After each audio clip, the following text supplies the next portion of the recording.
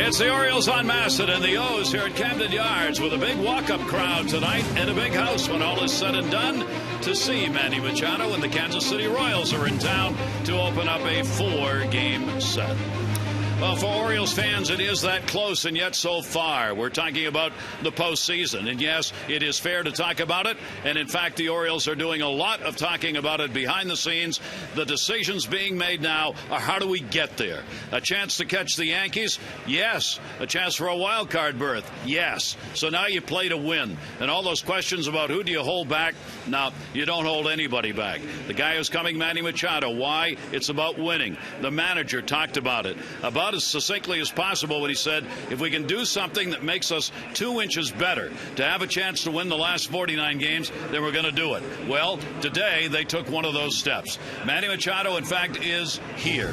He arrived here a couple of years ago. This was 2010 here at Camden Yards. The youngster had just been signed, a shortstop, a great prospect, still rated among the top 3 prospects by MLB.com in all of baseball.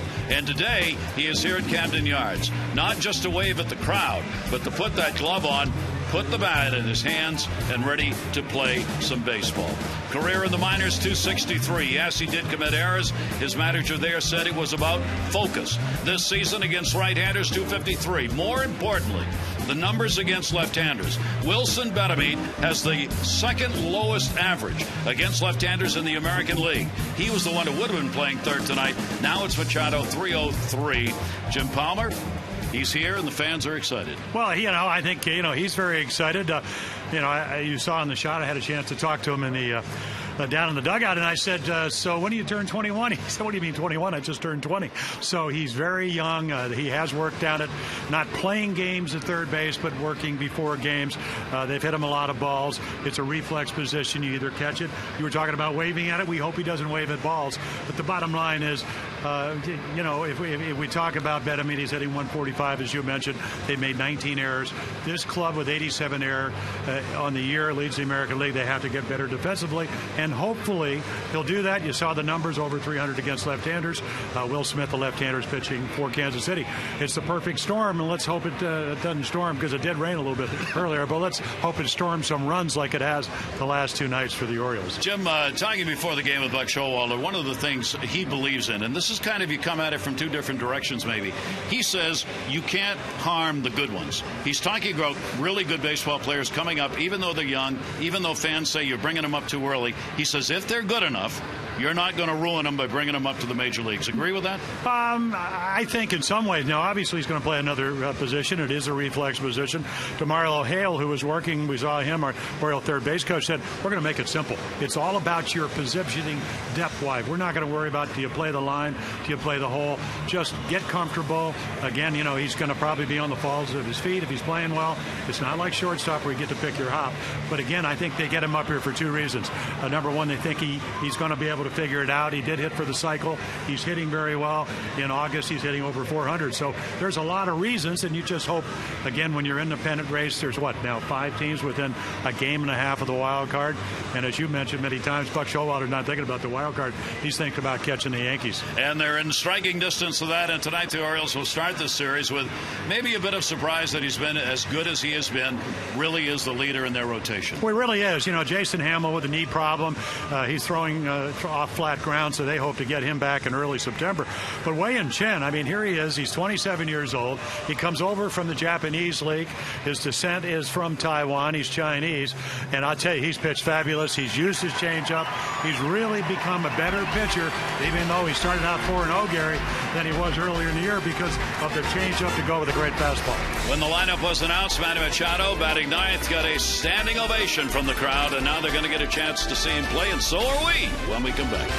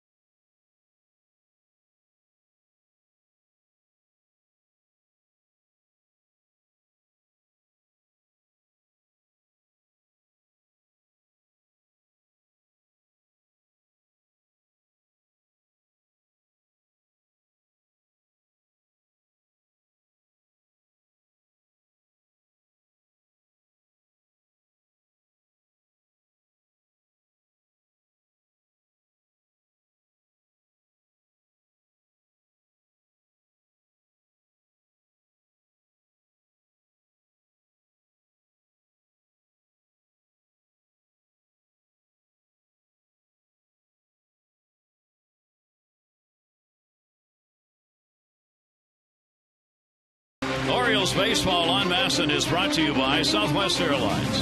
Find our fares online only at southwest.com. And by Jeep. Jeep and the unique brand of freedom you'll find only in the full line of Jeep vehicles. Visit Jeep.com to learn more.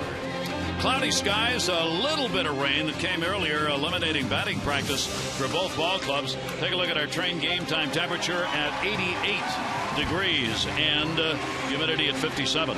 Visit train.com for an independent train comfort specialist dealer near you. It's hard to stop a train. Let's take a look at the starting lineup. Kansas City Royals brought to you by Dodge. Gordon, Escobar, and Kane. Butler, Perez, Moustakas, Francoeur, Hosmer, and Getz. And you take a look at Perez.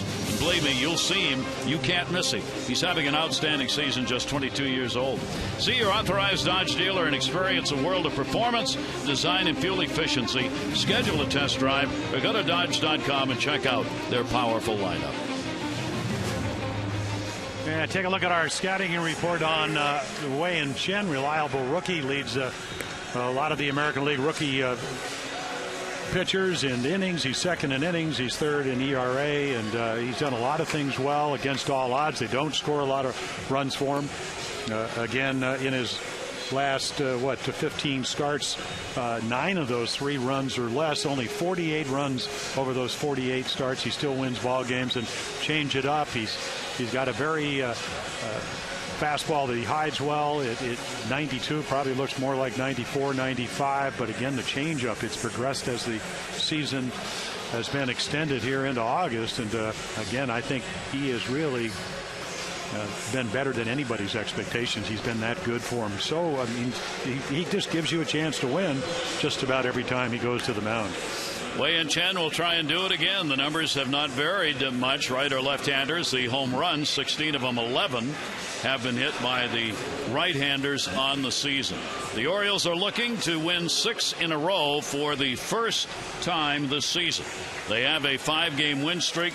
They have done that 5 times this season, but have never gotten the one beyond that. If they can get it, they're going to move to 10 games above 500 with a victory in this ball game. So Chen is ready to go, and Alex Gordon will be the leadoff batter for Kansas City. Dangerous leadoff batter. He is 7th in hits, 10th in doubles in the American League. Comes in with that .290 average and will take the first pitch up high for a ball. And we are underway. First batters of the ball game, hitting just 158 against Chen. And that's how you try to do it. Throw strikes. We saw that with Steve Johnson last night. That one is hit deep to right field, and there it goes. Goodbye, home run. And he leads off on the second pitch of the ball game with a homer by Gordon, and Kansas City's got the 1-0 lead, picking up number 7. His 43rd RBI and his 75th career long ball. Gary, I was talking to him before the game. I said, did you really go 207 at bats without a home run? Well, he said, yeah, I did. Well, here, looking fastball, that's what you do. Young hitter coming off a career year. And every time you see him play, of course, he hails from Kansas City. He reminds you of George Brett, who ended up in the Hall of Fame, one of their terrific third basemen. Gordon came up as a third baseman, now play left field. He's had 3 leadoff homers this year, and that's followed by Escobar's base hit into left field. Ford up with it. 2 batters, 3 pitches, 2 hits, and a run off Chen. A very good fastball hitting team. There's your Oriole defense. Ford, Jones, Markakis, Machado, debut in the major leagues at third. Hardy, Andino, Reynolds, and then the Gold Glover Matt Wieters behind the plate.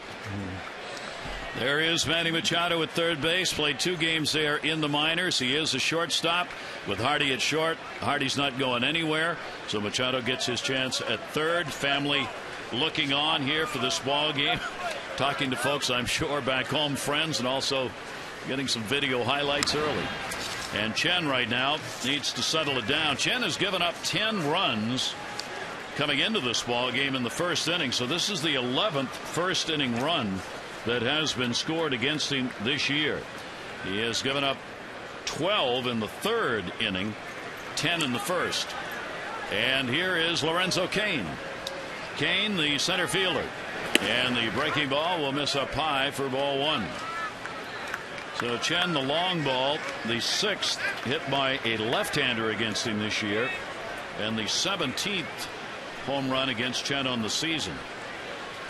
Kane was the starting center fielder for this ball club, then injured, 78 games missed, had a left groin problem, and then tore his left hip flexor. So he missed a big portion of the year, and he puts that one by Machado into left field. Ford up with it, and Chen fooling nobody with the first 3 batters hitting the ball hard. Yeah, he hasn't been able to get to any secondary pitches here in the first inning. He gets behind Alex Gordon. He hits a home run. Again, if you look at Escobar, one of the better fastball hitters. Again, Kane, a guy, as you mentioned, came over from Milwaukee in the Zach Greinke deal. Another hitter who had been red hot, had a 6-game hitting streak, stopped earlier in the week in Chicago. But he was 10 for his last 25. So a young hitter, again, as you mentioned, healthy. But you got to slow the bat down something, and either that or stay out of the middle of the plate. All 3 hitters have gotten good pitches to hit. And you better not do that here. Here is Billy Butler. He is their leader in home runs, and he's been on a tear, and he will take the pitch. Kansas City's already done what they want to do, and that's get a lead. This ball club has played some really good baseball when they're able to get ahead in a ball game. Not so when they are scored against first. They have the largest differential in winning ball games between when they score first and when they don't. 706 win percentage when they get on the board first. Butler, the DH, takes the off-speed breaking ball for a strike. He is among the leaders as the DH in the American League. His average is second for DHs. 18 home runs is third. You compare that overall with Oriole designated hitters. They are 10th with a 241 average and 10th in the American League in home runs with 13. Butler's a masher. Yeah, he really is. I mean, he's a double machine now, learning how to hit for power. More home runs already. In the air to left field. That is back. Ford at the wall, and goodbye home run. A 3-run homer for Billy Butler. And Kansas City has got a 4-0 lead on 2 homers and 2 singles for the first 4 hitters up in the ball game. Yeah, that number of how they get ahead, and you don't know if it's big innings because they have already created that. They have gotten 4 fastballs to hit here in the first. Right here, Chen trying to go in, but again doesn't get it in. Butler homered off of Brian Mattis earlier in the season when Kansas City came in, and right here, short porch in Camden Yards takes advantage of it. 4-0. 23 home runs for him and 72 RBIs for Butler. And here is Perez, whom we were talking about. So early on, a little shock in the dugout for the Orioles as Chen, with his 3.46 ERA, finds himself with 4 runs across on 4 hitters. Chen coming into this ball game had not given up an earned run in the last 12 2/3 innings. Kansas City quickly took care of that with a leadoff homer by Gordon. I'll tell you again, I mean, it's what are you doing tonight? And you can see how good Wei-Yin Chen has been since the All-Star break. Tonight, not a lot of command. I mean, you could see him trying to establish the curveball and the changeup here in the first. It's, you know, a lot of times people talk about it. This is the toughest inning for a starter because you don't know what you have. You don't know if you're going to have good location. Ooh, that hit him. Ricochets to second base, and Dino will get the out. And the trainer, the catcher, the home plate umpire are all heading out to the mound to check on Wei-Yin Chen. So for the 5th straight hitter, he gets into a fastball count, and Perez, who is known up the middle and right center field power, hits it right back off Wei-Yin Chen, and it looked like it got him somewhere in the thigh. Rick Adair is coming out with the interpreter. Ooh, maybe the lower, I guess a little bit lower than that, right off the shin. Oof. Boy, you hate to see that because, again, you go back, what, about 4 years ago? Brad Bergeson hit by Billy Butler. It was 7-5 at the time, and actually had to leave the field. Home plate umpire Tim Cheetah out there, and but Showalter's come out as well. Talking with Matt Wieters first as the skipper. Chen is going to see if he can throw. It's the push-off leg, that back leg, the left leg.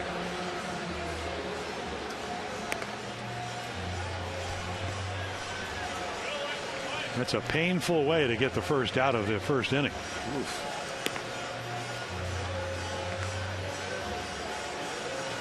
And even if he can continue here in the inning, Jim, that's one of those things that as the game goes along could become harder to deal with. Yeah, a lot of times it happened to me in a playoff game, and I ended up going 9 innings and striking out 12. After the game, you felt it. But the adrenaline rush, you know, it's been a tough first inning, but he doesn't want to leave. Now, for the Orioles, they're looking down the road, so they will monitor it very closely.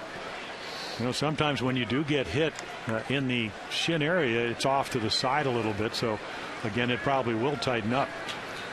So, here is Moustakas, and a swing and a miss. Moustakas 0 for 3 off Chen. Here in this inning, the home run by Gordon, his third leadoff home run in a ball game. In that leadoff spot, Butler's picked up his 23rd homer. He has 2 of them against Wei-Yin Chen. He's gone 3 for 4 against Chen, and 2 of the 3 hits have been homers. And now you've got Moustakas, who has not done well against the Orioles this year, just 2 for 22. And there's the off-speed breaking ball that's going to miss up high, and the count goes to 2 balls and 1 strike. Yeah, once again back in that fastball count, and they've certainly taken advantage of it. There's Rick Adair, Oriole pitching coach, looking on. Big fastball, got that one by Moustakas. 2 balls and 2 strikes. Yeah, Wei-Yin Chen, again, very deceptive, hides the ball well. So 91 when he's pitching well, and this is the key, locating well, is a lot tougher to hit than you would imagine. 2-2 delivery, foul back. Already an irony in this ball game is the Kansas City Royals are not a team that relies on the home run to score runs. They have had 2, accounting for all 4 runs here in the first inning. Moustakas, here's the 2-2 delivery, and the breaking ball will be taken down low, and the count goes to 3-2. Look at the difference. Orioles, Kansas City. The Orioles 47% of the runs, second highest in the majors off homers. The Royals 29, 30%, lowest in the league. That's towards the hole. It'll be backhanded by Reynolds. Pitcher covers. Moustakas is retired. Well, Jerry, as you know, the only thing you can do if you're Wei-Yin Chen is just slam the door. And, you know, we've seen it. We saw it in the Seattle series where the Orioles trailed 5-0, 7-2, came back, tied it up, won it in 14 innings. Ned Yost, former major league catcher, comes out of the Atlantic organization, managed Milwaukee, Kansas City the last couple of years. And we were talking to him, kind of a frustrating summer. It actually started back in April when they lost 12 in a row, 6-15 to start the season. Very tough. Kansas City expected more. They had some players injury-wise who were out, like their center fielder Kane. They did not get good starts for the guys they were counting on offensively, including Gordon.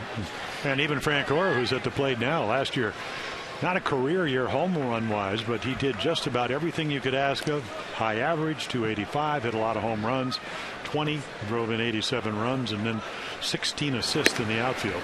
One of the best arms in Major League Baseball, Jeff Francoeur, and it's not just this year or last year, it's been an ongoing thing. He had it with the Atlanta Braves, a lot of assists when he played with the outfield there, and in fact he is 5th among active outfielders in career assists. 3-0 delivery, Chen's delivery to him. That'll be fouled back. Francoeur with the green light on the 3-0. Well, why not? A lot of fastballs in the middle of the plate. The scoreboard tells you that. And why not 2 home runs Sunday and Monday? One against Cleveland, one against the White Sox.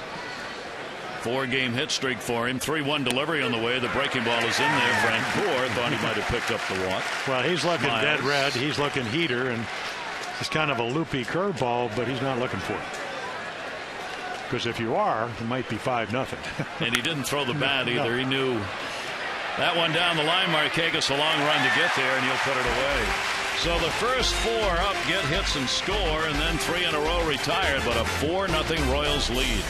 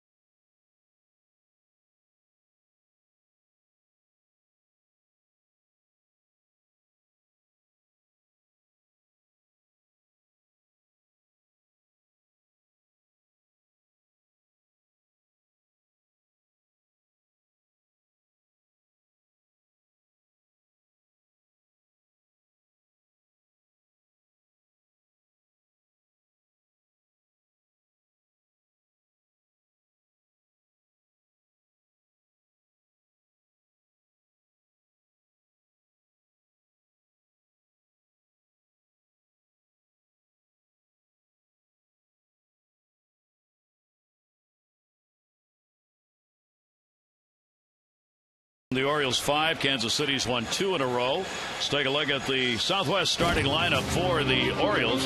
Markakis, Hardy, and Jones, Wieters, Ford, and Reynolds, Davis, and Dino in a Major League debut for Manny Machado.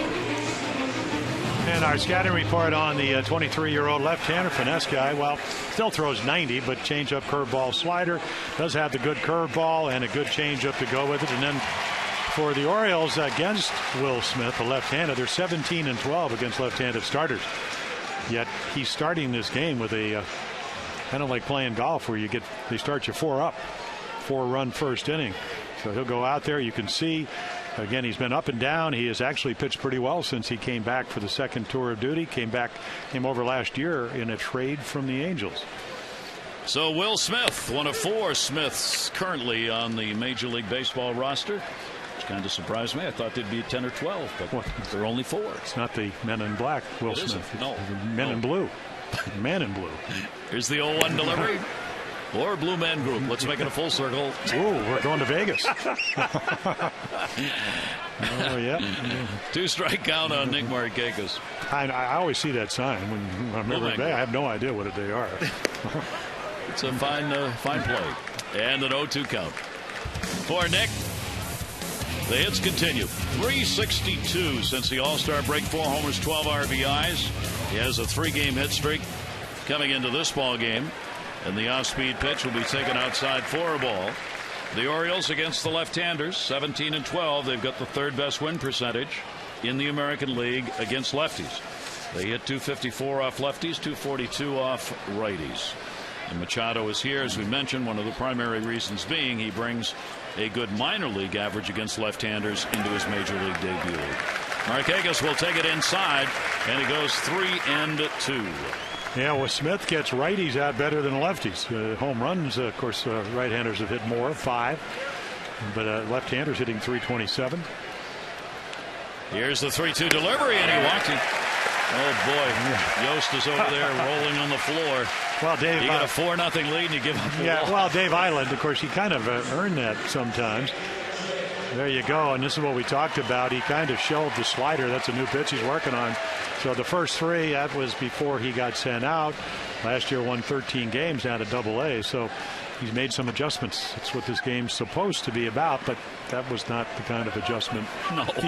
And there is Dave Island, who came over formerly with the Yankees as their pitching coach. And the pitch will be taken up high by J.J. Hardy. Hardy at the .229, 16 homers, and you see the 47 RBIs. He, however, has got a bat that's heating up a little bit, and the Orioles hope it stays that way. 4 for 15 in the series against Seattle. Here's the 1-0 delivery to him. Hardy will foul it straight back. Well, he got him back in the game on Tuesday night with a 3-run home right. Mike Bordick kind of predicted it. Said all they need is shut the door, which the bullpen did, and then all you need to do is get a 3-run home run, which they did. That's why we hired him. Insights, predictions, right on the money. Way to go, Mike. 1 ball, 1 strike count. Hardy will take it away. If you look from behind the pitcher, Jim, and look in at Perez, the catcher, honest to gosh, it's like looking at a wall. Well, it's looking, what it's looking like is Sandy Alomar Jr. Yeah. He's got that kind of size, and 6'3", but as you know, we were talking to Dayton Moore, their general manager, along with Ned Joyce. He's a pretty good defensive catcher. They really like his tools. That one is going to be popped up, second base. Yates is under, and Hardy is retired. Take a look at the Royals defense. Gordon, Kane, Francoeur. They can throw in the outfield. Moustakas lost 15 pounds. Very good defensive. Escobar the same at shortstop. Gets to speedster Hosmer, who can really pick it. So, and then Perez, as we mentioned, again only 22 years old, but a very good catch and throw guy for a young catcher. 6'3", 245 pounds of the numbers on Perez, but he looks larger than that. Here's Adam Jones. Yeah, I think he could probably, if you got Plunk, keep you from getting to the mound. Yes. If you were going to charge the pitcher. Well, he's got Robo-Man gear on, so that's not going to hurt the cause either. Adam Jones closing in on the 300 mark. He's flirted with that now for a couple of months with that 295 average. Runner at first, one away. And a strike on the outside corner. For Jonesy against the left-handers, 3.06 average, 291 off the righties. He's had 6 of his 24 home runs against left-handed pitchers. Orioles trying to get at least one of those 4 back here in the first inning. No breeze at all in the ballpark. Flags are absolutely limp up against the poles all around the park. Scoreboard left and right. I mean, there's not a breeze here. It's not uncomfortable after that little rain shower came through. While the Orioles are taking batting practice, it cooled it a little bit. It's a decent evening and cloudy. 1 ball, 1 strike count on Jones. Adam will take it inside, 2-1. Yeah, we're going to see if the Orioles are able to do what the Royals did, which is get in those fastball counts, and 2-1 is one of them, and get some fastballs to hit in the middle of the plate, which was what the first inning for the Royals was all about, off of Wei and Chen. I'm not sure that Smith's going to have a lot of success pitching from behind in the middle of the plate with 89-91. Here's the 2-1 delivery on the way, and that one is ripped to left field. Going back, Gordon looking. That's going to hit the base of the wall. Good jump. Throw comes to second. They got a shot. Oh, they got him. Not even close, and Adam Jones knew it. He had committed himself too far, couldn't go back, and he knew as soon as he got there he was going to be out. Well, again, I mean, there was like, what, 51 assists from this outfield last year. Gordon, I mean, he plays it perfectly, but the play is in front of you. And again, as you come around first base, you really kind of have to read how quickly Gordon gets to the ball, and then there's the Chris Guest with a nice tag on a perfect throw. So that's a big outfield assist right there. Well, it's not like he even forced him to make a good throw because it beat him by so many. But that's just a play where you plays in front of you. Ideally, if you don't get emotionally involved, you just turn around, and that's what usually Adam does because he's a very good base runner. So now a runner at third base, and there are 2 down. Take a look at our AT&T Mobility Trivia fact. Mac Wieters, 5 runs last night versus the Mariners. RBIs, 3rd game this season. He's had 5 or more. Tied for most with Mark Teixeira. 0-1 delivery to him, and that'll be fouled off. Matt against the lefties, hitting .307. Adam Jones obviously not happy with the base running. Really a miscue. Yeah. Not reading it. Crow with him. Crow's back on the bench with Jim Presley out. We send along our condolences. His dad passed away, so Jim has gone home, and we think of Jim Presley here tonight. So the Orioles are down, no runs, 1 hit. Runner left on at third base, 4-0 lead for the Royals.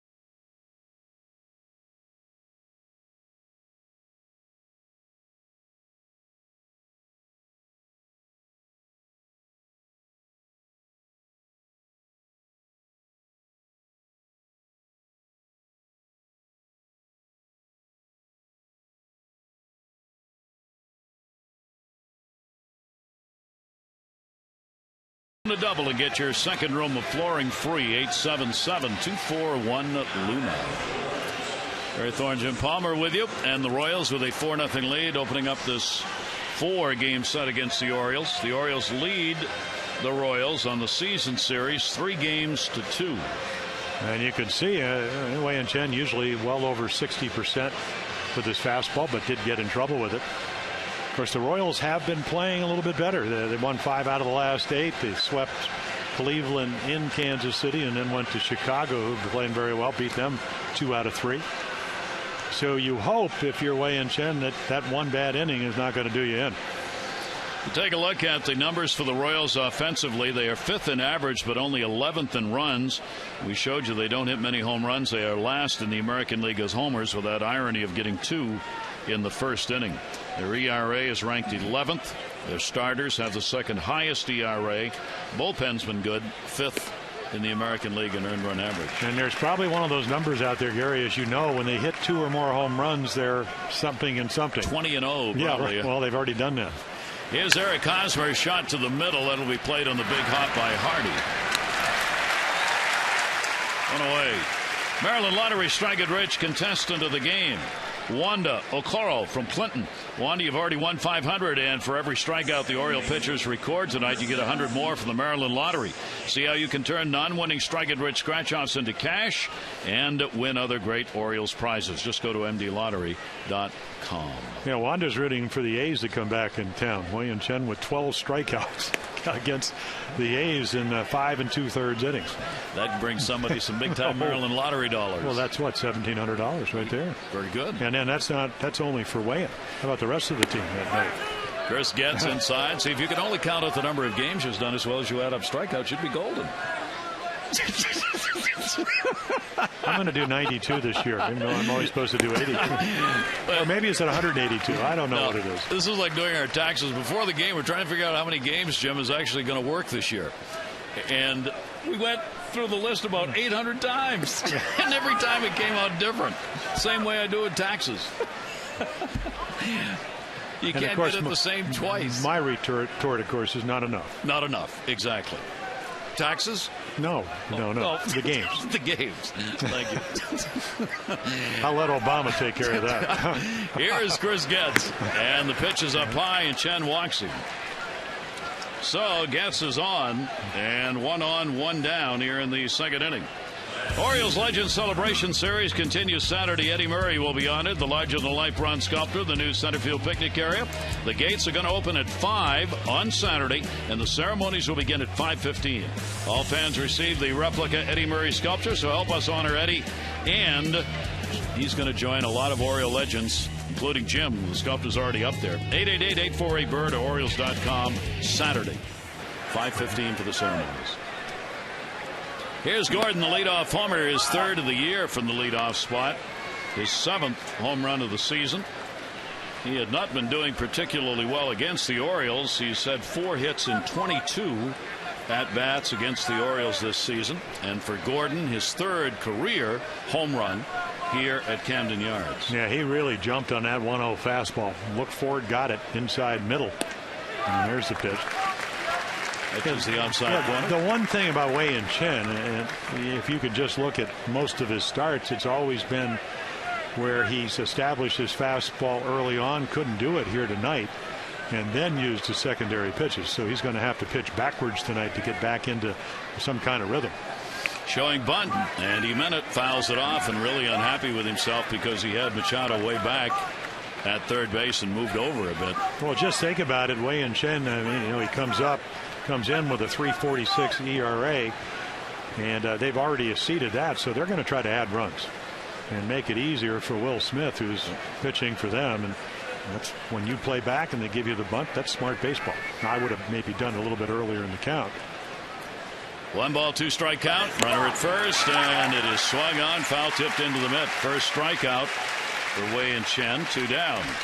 So this time able to get back into the count, and there's just a good fastball, good movement out of the middle of the plate. And our Nissan pitch track. Get to Nissan Summer Saving Days. The event ends September 4th. Visit ChooseNissan.com or visit your local Nissan dealer.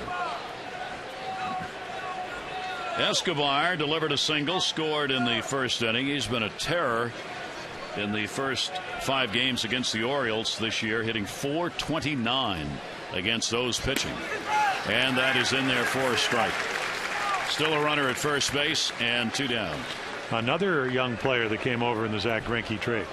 Kansas City trading Greinke to Milwaukee, and of course going to the Angels this year, right before the trading deadline. Has not had a lot of success. Has not pitched well in his couple of starts for him. 0-1 delivery on the way, and that is in there for a strike. See, the first time he took, after the Gordon home run on a fastball, 1-0 fastball, he just swung at the first pitch and drove it into left field. Now all of a sudden, Wei Yin Chen's been able to get the breaking ball over. There's a little bit of doubt in his mind. Very good fastball hitter. Short lead at first base, 0-2 count. Escobar 1 for 4 off Chen lifetime, and the throw over will get him back to the bag. For Escobar against the left-handers this season, a .283 batting average. He's been really good overall, .307 against the right-handers too, so he's gotten it done. Chen with the 0-2 count. Chen, when he gets ahead of the hitters, the all-important first strike, they hit only .203 against him. And a swing and a miss and a pitch up and away. Couple of strikeouts, no runs, no hits, no errors. One left on. Kansas City with the early lead.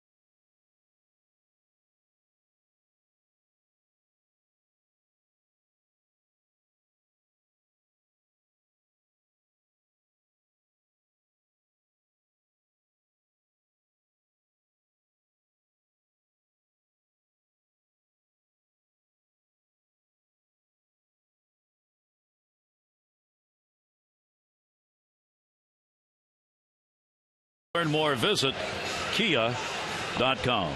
Yeah, so take a look. And Kansas City, the ballpark in Kansas City is a pitcher's paradise. Huge ballpark, yet Will Smith seems to be more comfortable. Again, if you look at some of the numbers, I mean, he's faced the Angels on the road, Seattle on the road, the Yankees on the road, and Cleveland on the road. So it's not like he's had a lot of softies, but much more comfortable away from home. And I got a little bit lucky in that first inning when Adam Jones ran the Orioles into the second out after he hit a torched one over Gordon's head and left. Well, that's a big play right now in this ball game.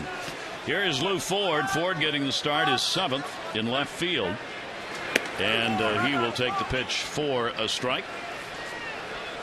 Well, the Orioles will try and get it going here. Machado hoping for the at-bat, hitting 9th in the lineup. And a chopper to the middle. Getz will get over. Backhands it. A little trouble getting it out. And didn't get him. Could not make that 100% clear, glove to hand. And it cost him. Well, you get an idea. First of all, if you're Lou Ford, the ball's away from you. It's out over the plate. Little change up. Watch him come out of the box. You know, he's 36 years old. So, again, that little difficulty. Bang, bang at first. Ty's supposed to go to the runner. And it does. Maybe. He was safe.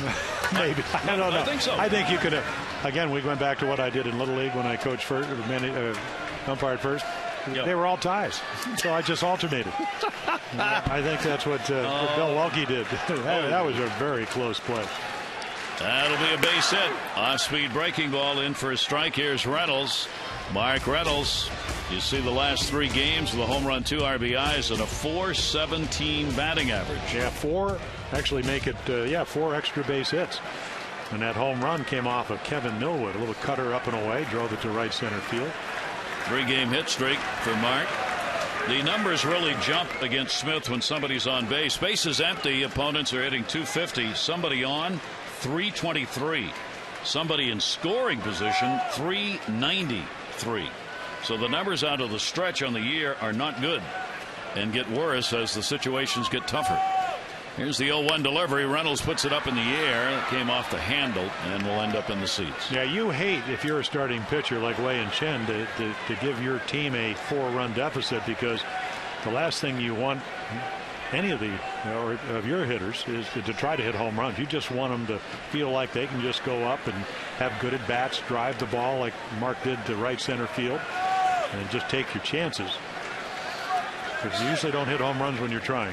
See that .280 average against lefties? That's where his season has been average-wise. 188 off righties, and he chases one up high. Yeah, nice pitch. Yeah. Well, he gets ahead, Gary, and we talk about those numbers all the time. You can see Perez standing up. That's a big, high target, and it makes a perfect pitch. You see in the outing against Texas manager Ron Washington talking about this pitcher, Smith. Finesser. He's a finesser, not a whole lot of fastball, good secondary stuff, good breaking ball, move the fastball around. Looks like he's got great mechanics. I can see why he can keep his team in a ball game, from the Rangers manager Ron Washington. And he's been able to do that. And again, came over from the Angels, Alberto Callaspo. We see him all the time. Very good fielding third baseman. He went from Kansas City, switch hitting third baseman. And they got Sean O'Sullivan, a right-handed pitcher who hadn't pitched this year for him, but did start a couple of games for him last season. Here is Chris Davis. Davis with a runner at first base and one away. And he puts it up in the air towards left center. Kane. And there are two down. So two away. Ford, who got the leadoff single, remains on at first base. And that will bring up Robert Andino. Andino getting the start against the left-hander at second, hitting .233 against the lefties. Yeah, last year over 300. You probably wouldn't see Manny Machado up here if Robert is having the same kind of year, because he's a very good infielder just in general, but he can play third.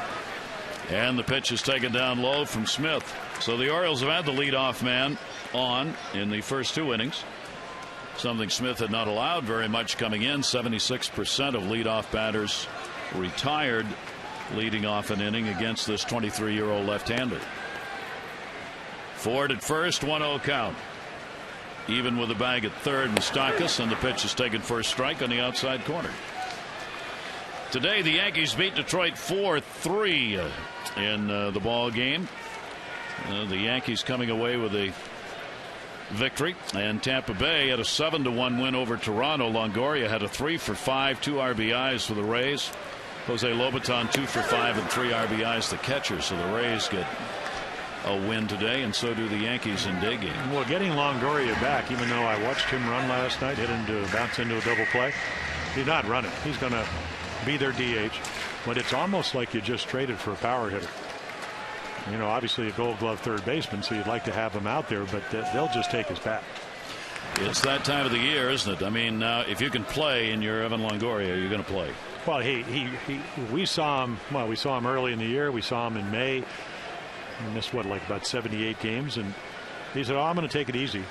And then he re-injured it, and then now very gingerly able to run. Andino with a 1-2 count. And a check swing on a ball inside. Scooped up. Nice play by Perez. Didn't go around on it. And the count goes to 2-2. Smith looking to get again that big out with a leadoff man left on. Well, that was again, that's the power curveball, that slider he's working on, where you throw it at your back foot of a right-hander, and it's a very effective hitter, because when you do that, it now opens up the outside corner. And let's see if they go there. 2-2 delivery, and a breaking ball that fooled Andino, but was it a strike, and it goes to 3-2. 3 balls, 2 strikes, 2 down. Ford on at first base. There's Machado waiting for his first major league at bat. The family watching, continuing to record. this great moment for this youngster in his first major league game. Timeout taken at first. Yeah, looked like Lou Ford got a bug or something.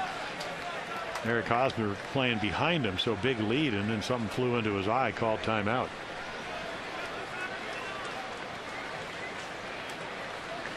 Three balls, two strikes. They'll play behind the runner at first base. Ford running, and he walked him.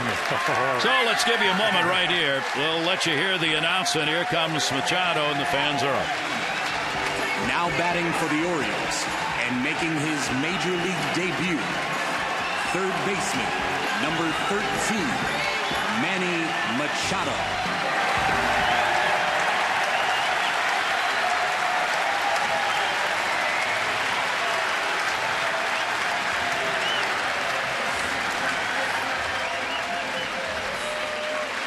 His mama, Rosa Nunez, uncle Giovanni Brito on hand. And Machado, his first at bat, will be of consequence in the ballgame. Well, this is what you always dream about. And again, it doesn't have to be a home run. Just we saw him in spring training because they got him in a lot of games. Just hit the ball back up the middle, drive it somewhere if you can. He comes in to his major league debut with a red hot bat. In 9-game hit streak, Bowie 462, couple of home runs, 5 RBIs in the month, playing a double-A ball as he moved up through the organization this year. Here's the 0-1 delivery on a check swing. It gets away, not far enough to move. Ford will stay at second and Andino at first. Yeah, Luke Hochshaver, who's going to pitch tomorrow, said the thing about Salvador Perez, he's got really soft hands. It's almost like they used to do this where you put the glove on the corner. The ball looked very close to being a strike, and even if it hits the edge of the glove, sometimes you get balls called strikes that aren't. Machado just 20 years old. 1-1 delivery. Breaking ball, chopped to short. Played by Escobar to first base and will record the out. So Machado's first appearance at the plate in a major league ball game is now in the books. The Royals have the 4-0 lead.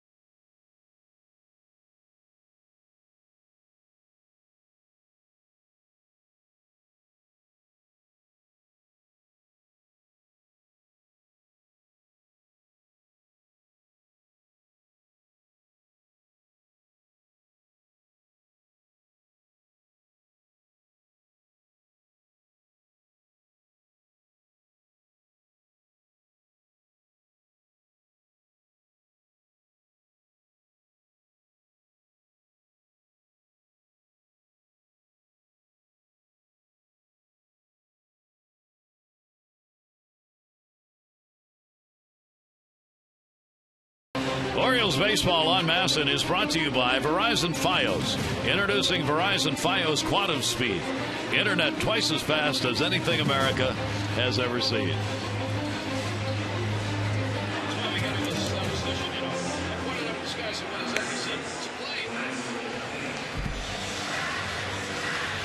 Well, Machado, he had hit home runs in each of his first at-bats at the last two levels of play.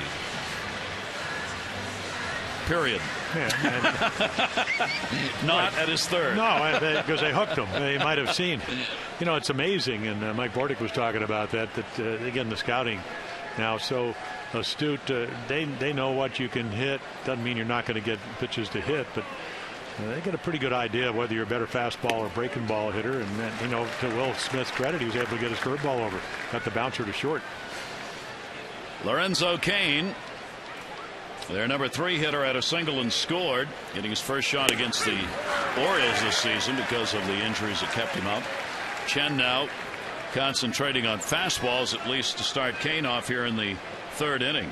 Cain, Butler, and Perez due up. Got him. That didn't take long. We've seen this before. You and I are doing that game, I think, down in Tampa Bay, where he gave up 5 in the first. Home run to Matsui, and then all of a sudden shut him out. Didn't have a chance. So just a totally different pitcher. Everything in the middle in the 1st inning. A couple of home runs. This one knee high. He's getting ahead. He got behind. In fact, he didn't even have a chance to get really ahead in the 1st inning. They just sat on the fastball. He didn't establish any other pitches, and all of a sudden you're down by 4. And here is Billy Butler, the big reason for that, as Butler delivered his 23rd home run and his 3rd of the year against the Orioles. He now has hit over .420 against the Orioles this year. He's got 3 home runs and 5 RBIs in this, the 6th game these teams have played. And he's going to get an extra base hit right there. That is a shot that's going to go up and over, and it will be a ground rule double. And the bat of Billy Butler continues steaming as he comes here with that big batting average against the O's. Yeah, he loves the ball out over the plate. He's a line drive hitter, now learning how to hit the ball, elevate it. And right here, again, only one player in baseball since 2009 with more doubles, and that's Robinson Cano, and Oriole fans know how good a hitter he is. This guy attacks the baseball. You mentioned it early on. He was a big-time prospect when he came up. This is the kind of year they were hoping for from him, and they are getting it. And no reason to think they won't be around for a while, those kinds of numbers. Here's Perez, the catcher, and he will take the pitch inside for a ball out of Valencia, Venezuela. A young kid, just 22 years old. In fact, just turned at 22. Started in the minors in 2007. Kansas City organization. Played 39 games last year with the Royals, and now working behind the plate for them. Yeah, and that's an awfully good take. And again, what Dayton Moore, their general manager, talked about, he tore the meniscus in his knee in spring training. And again, the 6-15 April, they're a much better team when he's healthy and playing. He's healthy and playing. 2-0 delivery on the way, and Perez will foul that one the other way. And he's got big time power. A home run last night in Chicago. What did Ned Yost say? He called it Oppo Taco. Oppo Taco. That means to the opposite field. He said he had 9 home runs in 79 games at Arkansas last year.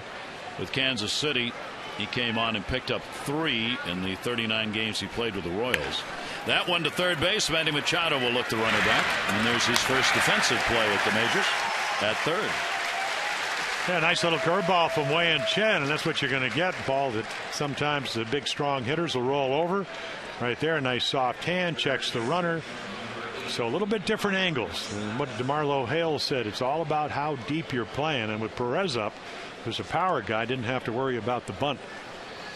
2 career games in the pros at third base, only 2. But Buck Showalter said before the game today the Orioles have been working him out 30 to 40 minutes before every game at third base in the minors, taking ground balls at third even though he was playing shortstop.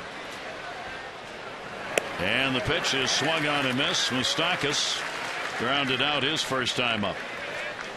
Moustakas with the 17 home runs, 52 RBIs, another good power bat in this lineup, and an RBI chance with Billy Butler on at second base and 2 down. Outfield shaded to left on the left-handed hitter, and the pitch will come inside.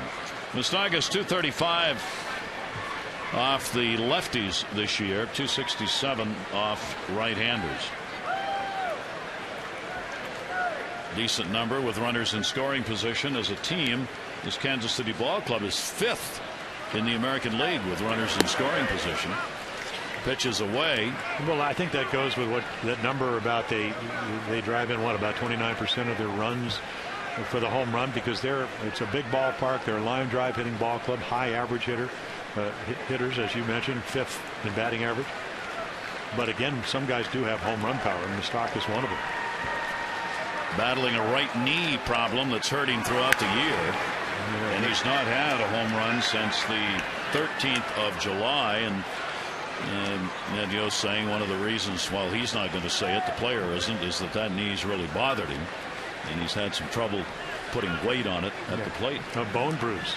He had the ice bag on it in the locker room after batting practice was rained out.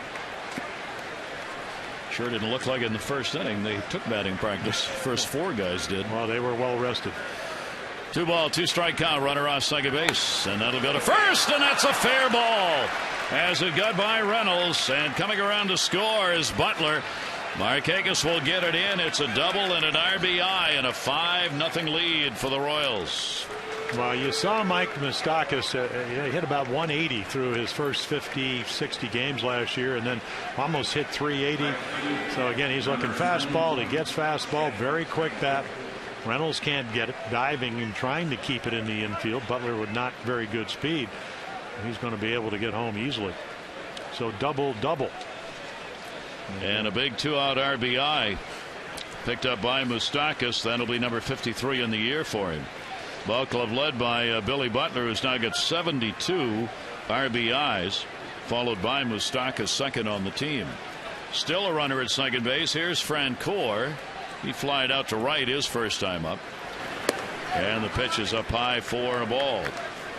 Well, Jeff Francoeur gets an RBI chance. He's had a big month of August so far, hitting .368 with 2 home runs on the month of August. Yeah, he really struggled in July, and actually they sat him down over the weekend against the Indians. Runner off second, 1-0 delivery. Francoeur takes it, 1-1. Francoeur also has had big numbers against the Orioles, hitting .381 on the season with 2 home runs and 3 RBIs against the O's in the first 5 games. You know what, 7 for 12 with a couple of home runs. Yep. It's a nice little start through the first 5. 1 ball, 1 strike delivery to him. Francoeur the off speed. That's going to be trouble. Into the corner it will go. Easily scoring will be Moustakas. Throw by Markakis is not going to be in time. 3rd double of the inning. Another RBI. 2 runs in the inning, and a 6-0 lead. Well, again, you've seen them. That's a perfect example of a guy that's a better fastball hitter. Waiting. A little backdoor curveball, sits on it. Great power the other way, and he just shoots it by Nick Markakis.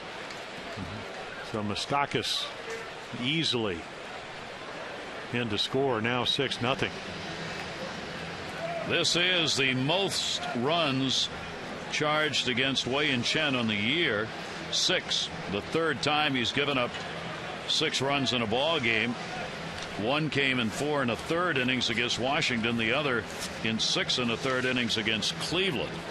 So this is the most runs this early in a ball game that he's surrendered, and this his 23rd start. Well, bad location in the first with a fastball. He's never been able to establish what has been one of the best pitches for him since the All-Star break, and that's the changeup.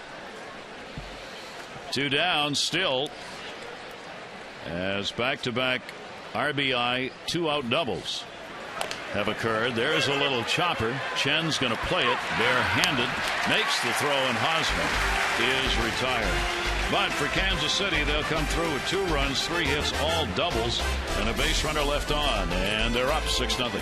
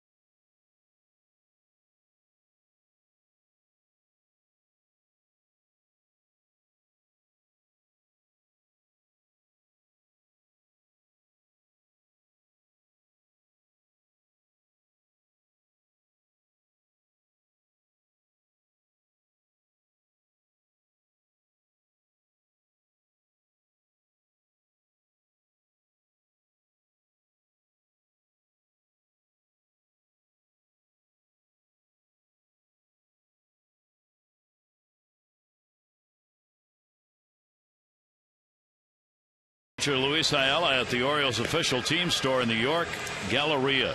Luis will be signing autographs at the York store from 11 till noon. You can browse the latest official O's merchandise, pick up tickets to any upcoming game, spend the lunch hour with Luis Ayala. That's tomorrow at the Orioles team store in York. For details, go to oriolesreach.com. There's Luis in the bullpen. So a crowd on hand to see Machado make his debut, and the Orioles go for 6 in a row. Not had a lot to cheer about on the O's side here, as the 23-year-old left-hander Will Smith staked to the 4 runs in the first inning. Gordon a leadoff homer and a 3-run homer by Butler, all in the first. Orioles have had the leadoff man on 2 out of the 3 innings as Markakis is retired. Gordon on the catch. Well, again, if you're Will Smith, it really takes a lot of tension out of pitching when you get this kind of cushion. You know, he knows he's not a hard thrower. So right there, a perfect example. You throw strike 1, you luck out because he hits a singeing line drive. You have a good defense, very mobile outfield. And if it's 1-0, 2-1, all of a sudden maybe I got to make a perfect pitch. Now he doesn't. Hardy will take the pitch away for a ball. Hardy popped out to second base his first time up. Playing pretty much straight away. 1-0 delivery to him outside. For Smith, it's his 8th major league start, 4th since he was recalled, and his first outing against the Orioles. And the left-hander's pitch is in there for a strike.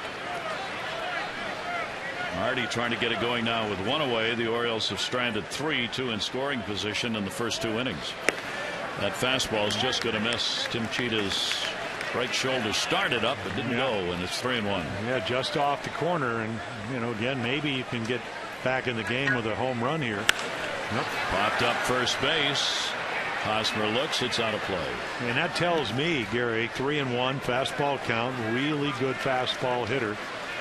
There must be a little deception there, because we've seen him twice, talking about J.J. Hardy, be late on the fastball and hitters counts. 3-2 delivery this time, and again fouled away. Hardy with a 287 off left-handers, 210 off righties. Orioles are looking to win their 21st series of the year. They are 20-14-2 in series. Coming off the sweep, and there's his 3rd walk of the ball game. Hardy on with 1 away. Tonight's Mass and Mobile word of the day is sinker. Text sinker 29292 for your chance to enter to meet and greet Adam Jones. Only 3 more chances to play. The more you watch Masson, the more chances you'll have to win. And here is Adam Jones, who so far has had one of the plays of the ball game on the underside of things. Picked up a single in the first inning with Markakis on base at first, and then got thrown out trying to extend it to a double on the play made by Gordon. Gordon getting his 7th outfield assist of the year. He's in left field, and you got Francoeur in right field. He's got 12 assists. So Gordon 7 in left, and Francoeur 12 in right. Well, and they had Melky Cabrera now with the Giants. Last year they had 51 outfield assists. That's an unmerciful number for opponents. Jones with a 4-game hit streak. Runner at first, 1 out. And down to third. That is a foul ball. Wow. What a play by Moustakas. Doesn't count, but it was fun to watch. He wasn't sure. What a great throw he made to second base. Yeah, I talked to a lot of scouts. They said again, and I asked him, 15 pounds he loses. So again, for a young player, just thought he'd be a little bit more agile. Of course, if you're going to be an infielder, especially a third baseman, Brooks Robinson used to say, 2 steps and a dive. That's what I do. Well, he did it for 16 straight years with a Gold Glove. Boy, you better have that first step quickness. That was some play if it had been fair. And the count goes to 2 strikes on Jones. Jones happy it wasn't. Gives him another chance here at the plate. See his career numbers against the Royals. Hitting .227 against them this year, but 2 home runs and 5 RBIs. Not this time. Popped up to first base. Hosmer backs up, and he'll put it away. Now all over the fist of Adam Jones. Got into a fastball count. That's the line drive he hit over Gordon's head. This time got ahead, made a good pitch.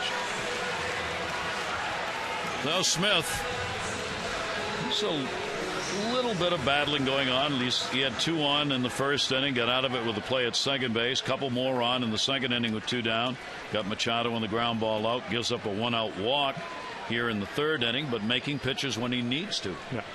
And again, the cushion. He knows one pitch is not going to beat him unless he really has a bad inning, and to his credit, he hasn't done that. And here is Matt Wieters. But again, when you have a guy that drove in 5 runs, hit 2 home runs the night before, and you're Adam Jones and you get yourself thrown out, and instead of being first and third with Matt up, boy, really changes the game back in the first. But this is the last time I'm going to talk about it. It's a classic case of the obvious, and Adam Jones will be the first guy to tell you. He just did not make a very good base running decision, especially considering the scoreboard. Yeah. Down by 4. Yeah. And you very rarely see him do it. Dayton Moore, their general manager, saying, well, why is Jones as good as he's been? He's saying we're trying to get our young players to have that, maybe that innate ability to understand the game, to really think baseball 24/7. And for a lot of young players, it's not easy to do. No. Wieters with a 2-ball 1-strike count. Matt's numbers against left-handers have fallen off over the last month. He'd been in the top 10 against lefties for most of the season, hitting well up into the 350, 360 range, now at 307 off left-handers. Here's the 2-1 delivery on the way to him, and that will miss outside. Will Smith has had close pitches here that have gone against him. 3-1. Oh, there you go. And you can see. There you go. That's why he's 10 for his last 30 coming into the night's game. He's hitting pretty much everything. The home runs, high changeup, high fastball. Hit him dead center the other night. 3-1 delivery, dead center. That's going to be a base hit, Gordon. So again, the third inning in a row, the Orioles get 2 runners on base. There are 2 down as Wieters delivers a single. Hardy goes down to second. Well, Gary, when you get that 6-0 lead, 4-0 early on, if you stay away from the long ball, you make the other team. This is kind of and Ned Yost, who manages the Royals, came out of the Atlanta Braves organization, and what did Maddox do? 3 hits to get a run, kept the ball in the ballpark, didn't walk a lot of guys. Makes it very difficult. You need to get the big blow or maybe a gapper here, score a couple of runs. Lou Ford playing in his 8th game. 2 down and outside for a ball. Ford has had only 22 at bats. He picked up a single his first time up. He's had 4 hits, 4 for 22 with a couple of doubles, looking for his first RBI with the Orioles. That obviously would be another first in the long stretch, since Ford had not played since 07 in the major league level. Here's the 1-0 delivery to him. Ford will take it up high, and Perez, he hollered out at his pitcher after the last pitch. He's going out after this one, and so is the pitching coach.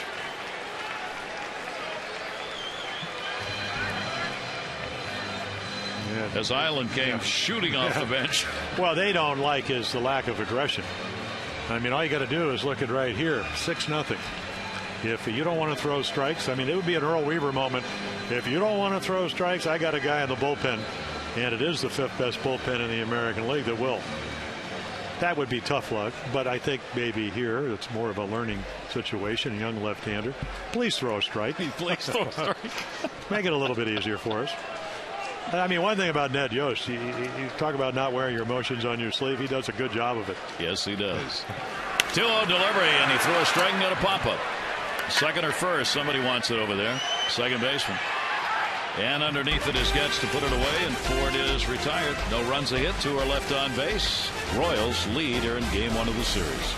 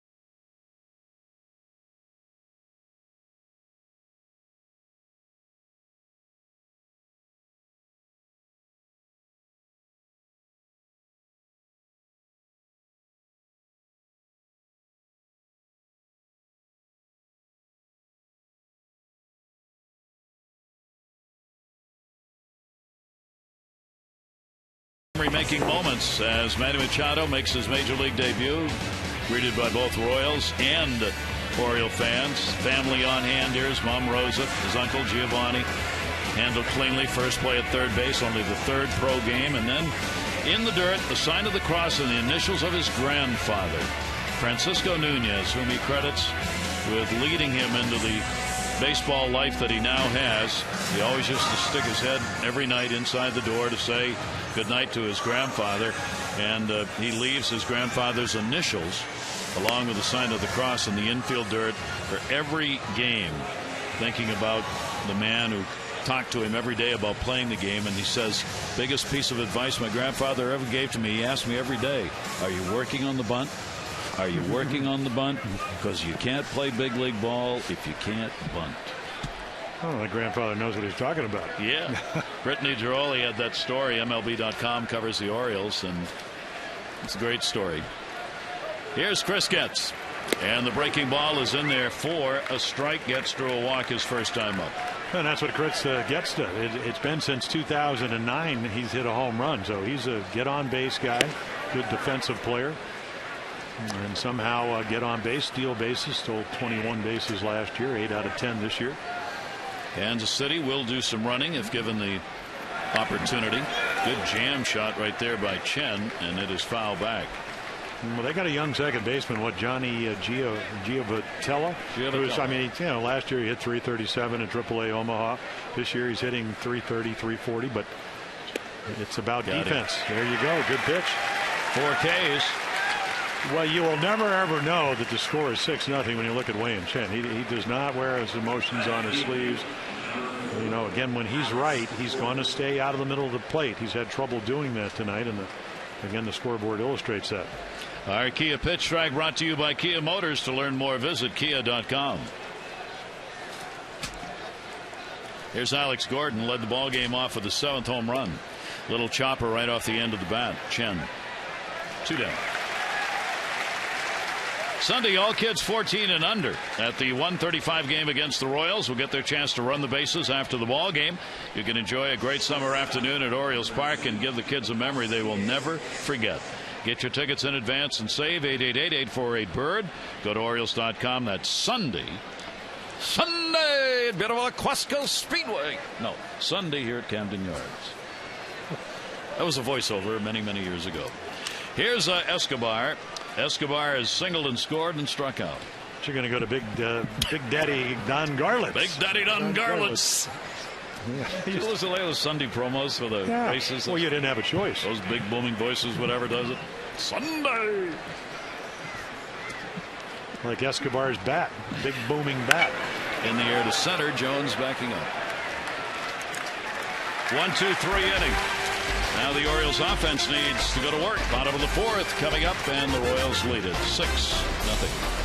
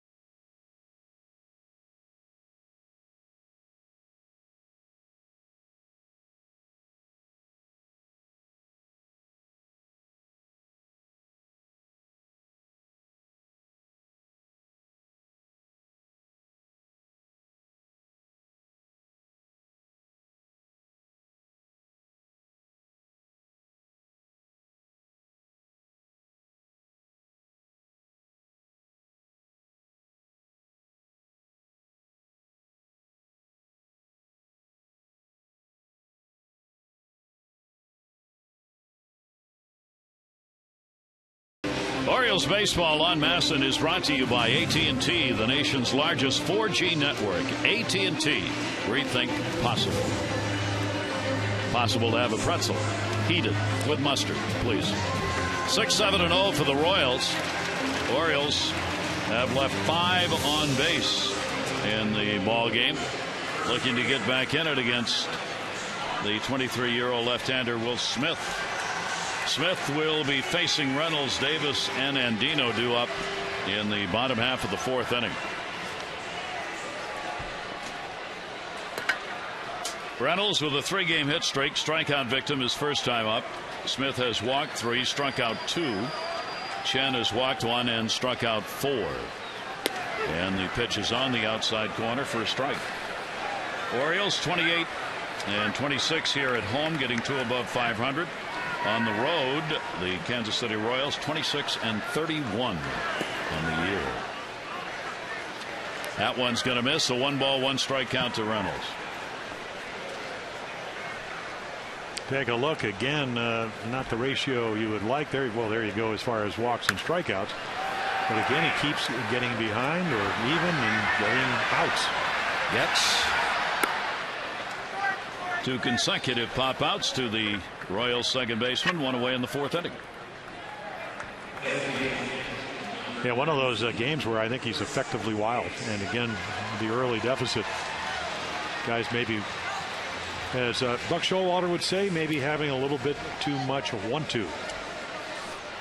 And that is when you start, when you're having games, and Chen has done this so many times this year, your starting pitchers, you can see again, not too many more strikes than balls for Will Smith. You want to make your guys think they have a chance to win, and the early deficits make that much harder to do. Yep. And you just, guys, you talk about focus. Well, it's easy to lose when you have 4-run and now trailing by 6. Davis goes the other way, and it is a foul ball. The Orioles trying to win 6 in a row for the first time since last August, when they put together a 6-game win streak.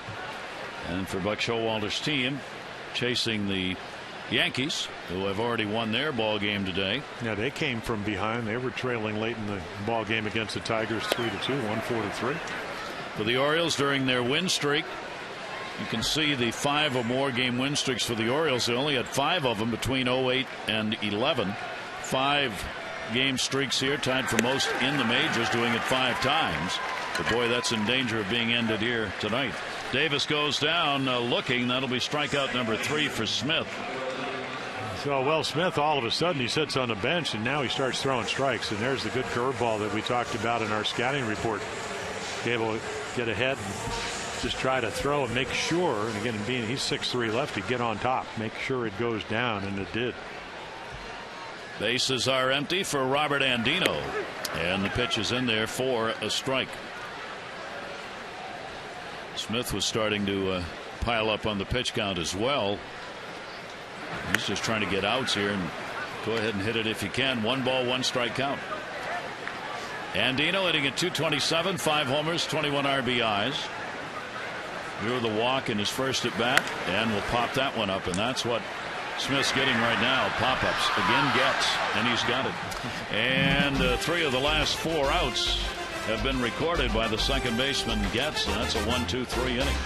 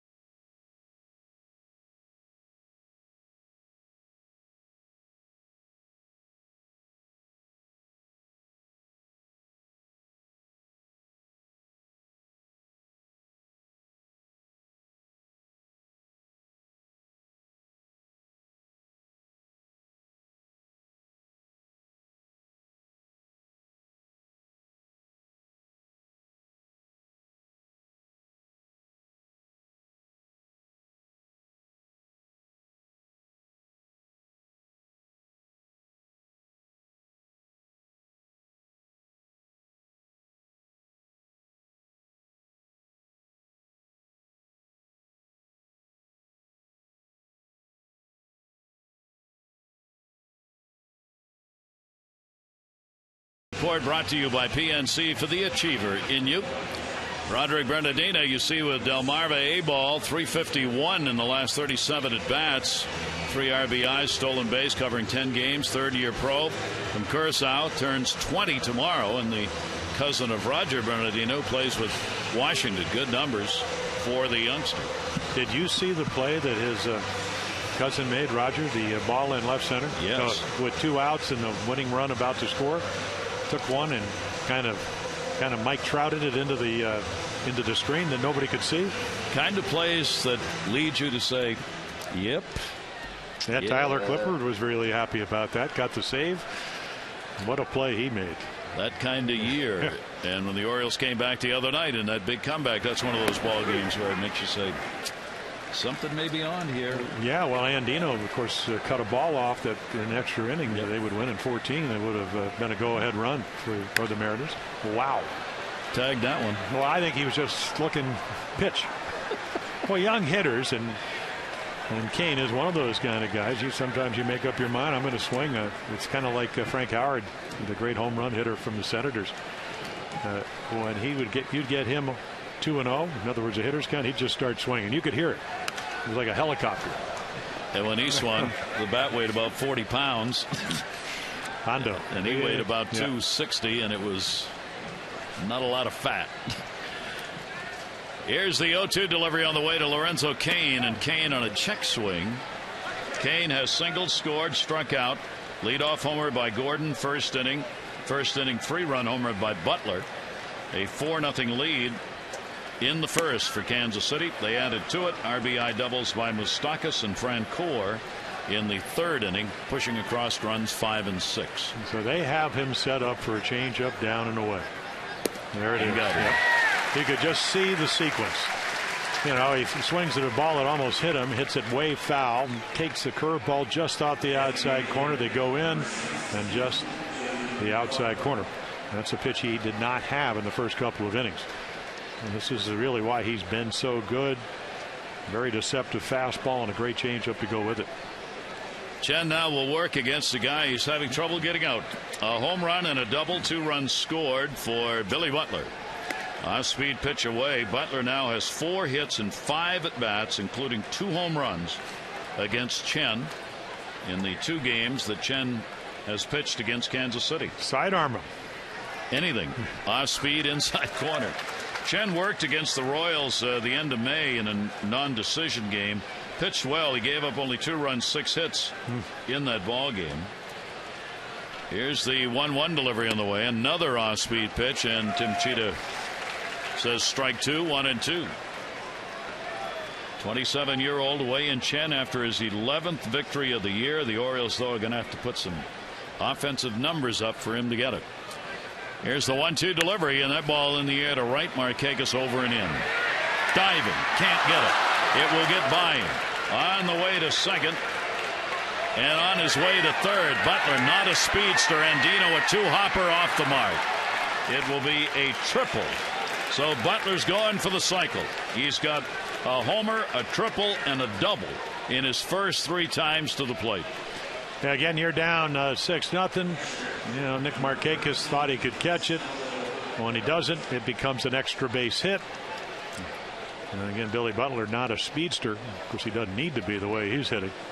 Easily into third base, and that's where you want to be. Much rather be at third with 1 out than second. Butler will get his first triple of the year. Another chance to push a run in with only 1 away and a runner on at third base. For Billy Butler, it's his 4th major league triple. He did not have one. It's the first one in 3 years. Triple wise for Butler. Here's Perez. Infield is drawn in with only 1 out. The Orioles got to try and cut this off with only 1 away. You got to believe Butler will not go on contact on a ground ball here. Yeah, again, not a lot of speed, so they play the right side of the infield in a little bit closer than the left side. The 0-1 delivery to the catchers, taken down low. Wieters makes the nice stop. Yeah, another changeup. And again, this kid Salvador, they call him Salvi Perez, great power. He's looking for a ball. to get in the air, and Wei-Yin Chen is trying to get him to hit either something on the ground or get the 2 strikes and try to strike him out. 385 against lefties for Perez this year, and he fouls that one away. Not a lot of at-bats because of the injury that kept him out. Yeah, did Matt Wieters get hit? I think so. Yeah. He's got such a tremendous arm span. Tim Cheetah went out to the mound to give him recovery time. Ooh. I think that ticked right off the mask. How about umpire Bill Miller last night? Got crossed up and actually got hit in the mask, Concussion. and then he got a concussion and eventually had to leave the game. He couldn't keep track of the strikes and ball. I mean, it's, I hate to see serious. this. Yep. He ended 2 innings on 2 outs. 1 ball, 2 strike delivery on the way, and that ball is going to be fouled back. And 1-2 in the Orioles bullpen active for the first time. Kevin Gregg. Yeah, Kevin came in when they were down again 5-0, 7-2. Pitched a couple of scoreless innings on Tuesday night. He's been the jack of all trades for the Orioles bullpen, other than closing. And been good. Yeah, it really has. 1 ball, 2 strike delivery on the way, and that one looped in the air down the left field line, and it will be a foul ball into the side row, first row, and will hold the count at 1 ball and 2 strikes. Chen up to 80 and pitches thrown in that big first inning with 26 of them. And then the other runs, it just seems like they were playing musical chairs with doubles. And they are the doubles team that Jim was talking about, especially in their home yard. You're not going to get a lot of homers, so go after the 2 baggers. Gordon's their leader and is the American League leader in doubles. The Kansas City, as a team, they are second in doubles in the American League, led by Boston. Boston's number 1 in 2 baggers. 1 ball, 2 strike count still on Perez. Ed Yost's team at 47-63, 13 games out. They will play a spoiler role the rest of the way. Now the Orioles 4.5 games behind the Yankees starting the day, 5 games right now with the Yankees having won.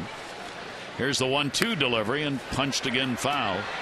Perez is trying to get it done. He's just trying to get that ball up in the air over the infielders' heads. And we've seen everything but a changeup down and away or a fastball up and in, and the count allows you still to be that fine. 1-2, you can still go deeper into the count. You can't afford to give up another run, already trailing by 6. Storms around, wind is picked up, blowing out to left, and the pitch will be taken inside. Good patience. Yep. And a 2-2 count. This will be the 9th pitch of this at bat coming up as Perez fought him off. Butler's got the triple with 1 away, still over there at third base. Eddie Rodriguez, third base coach, with him. And that one in the air to center. That's going to get it done. Jones going back near the warning track. He'll make the catch. Butler will tag. Jones will launch one, but had no chance. A sac fly and an RBI for Perez, and a 7-0 lead for the Royals. Yeah, terrific at bat by a young hitter that again is the one of the cornerstones of this franchise, this Kansas City franchise. It was probably about an 11 pitch at bat, and he eventually with one hand hits it to the warning track for the 7th run. That'll be 14 RBIs in this, the 35th game Perez has played this year for the Royals. Here's Moustakas, an RBI double, and he is grounded out. And the pitch is taken for a strike. 2 down now, nobody on, but the Royals putting up another big run here in the 5th inning. Chen retired the side in order in the 4th. That's going to be a base hit towards the gap. Markakis playing over that way, cuts it off. Moustakas has his 2nd hit of the ball game, and the Royals have their 9th, and that will be it for Chen. So not the outing the Orioles had hoped for from the most stable and consistent of their pitchers overall this season, as Wei-Yin Chen is going to last just 4 2/3 innings coming out of the ball game with the Royals on top, 7-0.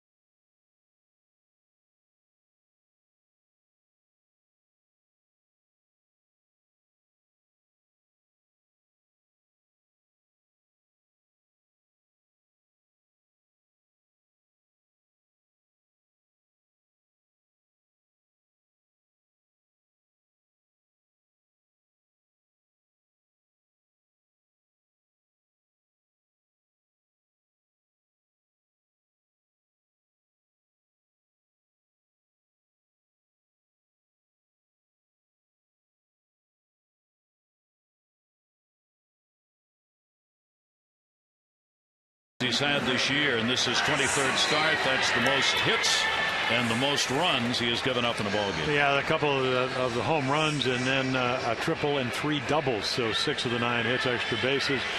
Didn't have his command. They really took advantage of it, to the Royals' credit. Kevin Gregg will come on 2 innings on Tuesday night. That matches his season high for Kevin. So again, he's actually pitched extremely well. You go all the way back into, really going back all the way into June. And then again, he's just, maybe the velocity's gone down, at least over the last couple of games. Been very effective because, again, he cuts the ball. He does not give in to hitters. Never has. And this is a good matchup, hopefully. And that'll be fouled off. Francoeur has faced Kevin Gregg more than any other Royal. He is 2 for 10 with a home run. A lifetime off Gregg. The other Royals who have faced him only had a couple of chances. Runner on at first base, the responsibility of Chen. That's Moustakas. Francoeur's had an RBI double and is flied out, and will take the pitch up high, and the count goes to 1-1. For the Orioles bullpen, they continue to be magnificent. The 3rd most innings pitched in the American League. Look at the numbers. Last 12 extra inning ball games, 12-0, 145 innings in those extra inning games with a 2.36 ERA, 109 strikeouts and 38 walks just in the extra inning games. The orange curtain. Oof. Remember when they... I thought, look at this, Kevin Gregg. I think he got it right. He said, I think the part that makes people scratch their head is nobody has ever heard of us talking about the Orioles bullpen. Well, that's the yeah, I know what he's saying, but they've just been so outstanding. And you had the steel curtain up in Pittsburgh. You got the orange curtain out in the Oriole bullpen. I mean, they brought it down. And a strike taken. Well, that's how you win 12 in a row. They lost the first 2 extra inning games, and again, is your bullpen better than your opponents, and when you get into extra innings, they shut the door and give you a chance to win. They've been the stable part of this ball club. I mean, they had a tough. Well, what did we do up in Boston when Chris Davis can join the orange curtain because he got a couple of shutout innings. But was that a 17 innings, I guess, or 16? So they've had a 14. They've had at least a 16 or a 17 inning game. Yeah, they got him. Yep, backdoor cutter. So Francoeur is retired. Strikeout recorded. Chen out of the ballgame after giving up the 7, and it's a 7-0 Royals lead.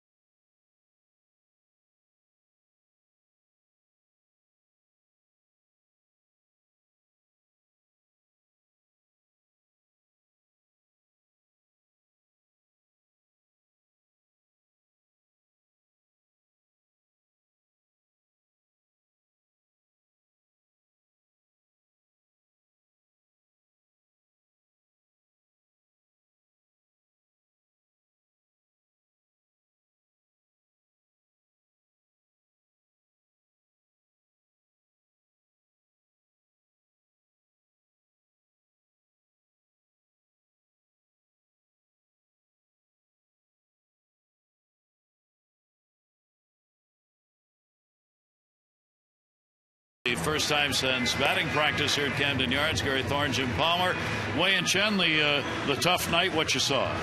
Lack of command. Again, and he's been so good. He pitches in and down and away. Great changeup, curveball, slider. Probably his 3rd and 4th best pitch. But they hit everything. They're a very young hitter. Last year, they were the 2 years younger than any starting team in the American League. So at least. What I learned at most young hitters, they can hit the fastball, especially when you look at this ball club. They got a lot of #1 draft choice. He got a lot of fastballs to hit. They hit 2 home runs. Made it a lot easier for Will Smith by getting that 4-run cushion, which is now 7-0.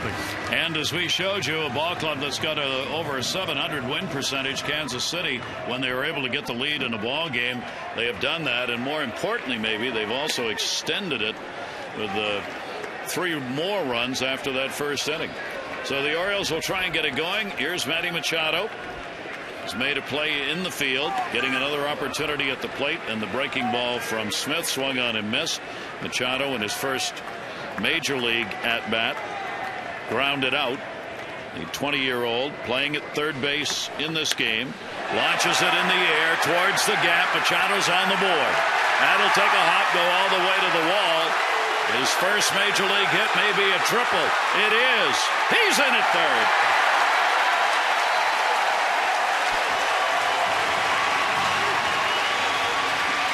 Wow, nice little adjustment. Curveball after curveball. That's what he got the first time. Bounced to short. This time, there it is, that first major league hit. How many times did he hit triples? Moustakas, again, a high school player, very much like Manny, former #1 draft choice, congratulates him. So now he's even with Billy Butler tonight for triples. But again, yeah, it looked like he looked for a hook and just smacked it up the gap into right center field. So Machado on, family celebrates, put the umbrellas down the door, then put them back up. Nobody out. Here's Nick Markakis. And Markakis fouls it off. So here's the first hit. Baseball retrieved. Now there it is, the curveball, and it just stays up enough. This is the fourth curveball he sees. Again, you look at a lot of good young hitters. Do they use the whole field? Remember Bobby Grich, Don Baylor. A lot of guys that have come through the Oriole organization. Cal and Eddie Murray. That's going to go to left field, and a diving catch made by Gordon, tagging up Machado, and no play at the plate. So it'll be a sac fly for Markakis on a nice play made by Gordon. Yeah, and also a nice running play by Manny Machado, because a lot of youngsters will not tag up. He goes right back, and then all of a sudden they send him. DeMarlo Hale, Oriole third base coach, understands he's got a lot of speed. So right there's your heads-up play. I'm sure DeMarlo's saying, get back, get back. Again, one of the best throwing left fielders cannot make the play, even though Moustakas thought about it. So the Orioles are on the board, making it a 7-1 ball game.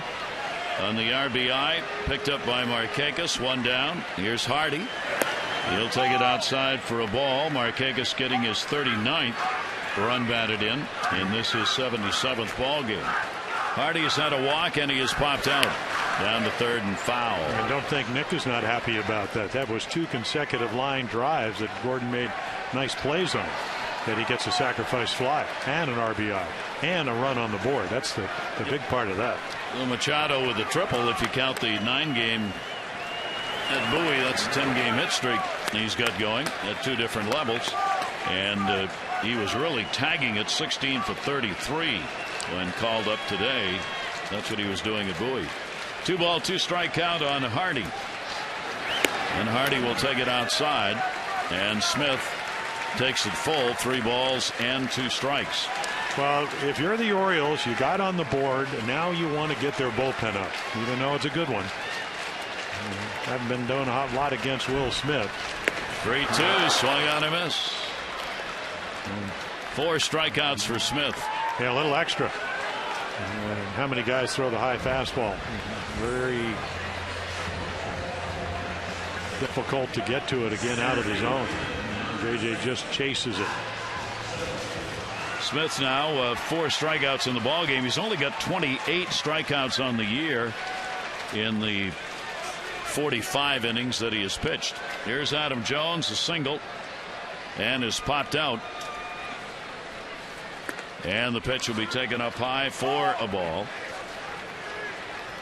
Jones now at 296, 24 home runs and 58 RBIs. Adam is 5th in the league in hits. Smith, that's away as well.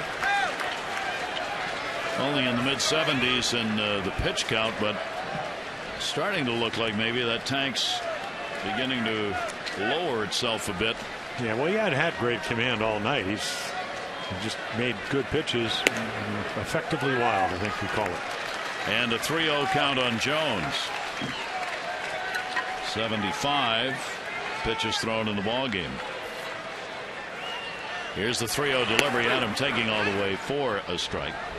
Jones with the 55 extra base hits, third only to Cabrera and Robinson Cano in the extra base hit department. And there's another number, the way he hits lefty, up from last year. That ball towards the hole. Diving stop. Escobar up the throw, and a big play made. Nice work at short by Escobar, and that will retire the side. But Machado's got a baseball to take home. A triple, his first major league.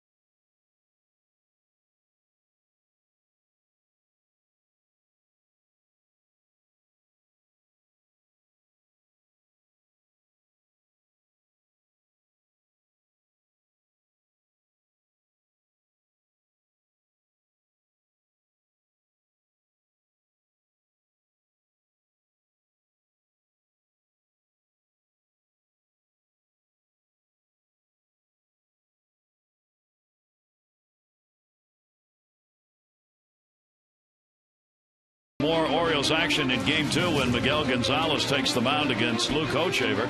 Our coverage on MASN HD 6:30 O's Extra presented by Jeep, followed by the game coverage at 7. All the access you need right here on MASN. Well, there they are, and again Gonzalez pitching extremely well. The one bad outing here, and then really pitched well up in New York. Hochevar again on a roll. His numbers are coming down, and big right-hander.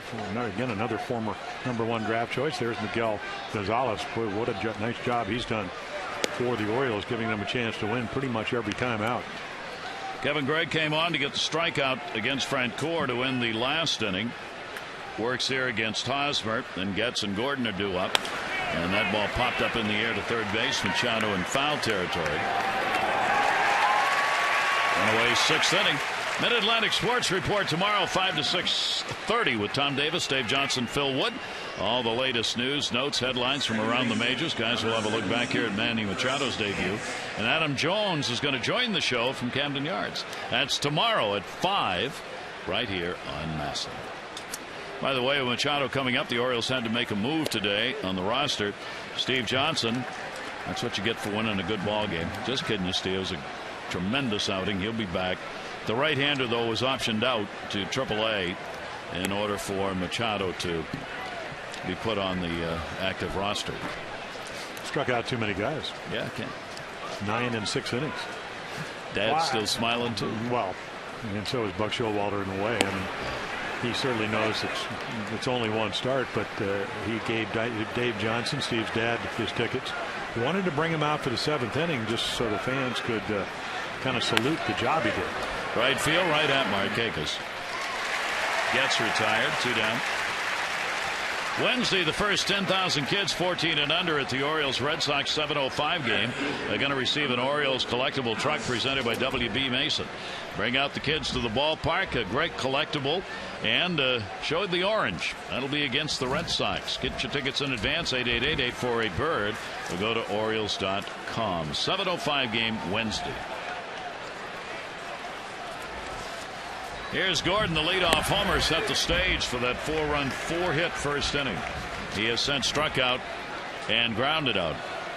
Alex Gordon, leadoff batter.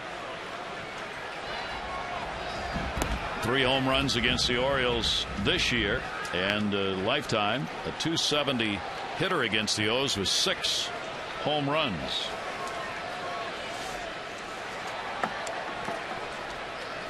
Here's the 1-1 delivery.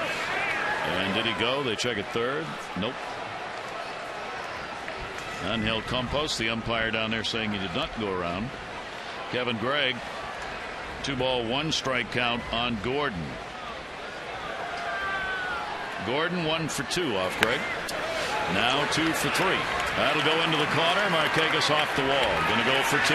Here's the throw. Markakis a 1-hopper. Not in time.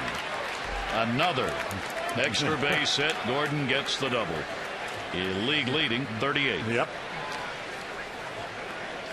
So again, now he has what, 40 multi-hit games. Came in 10th in the American League.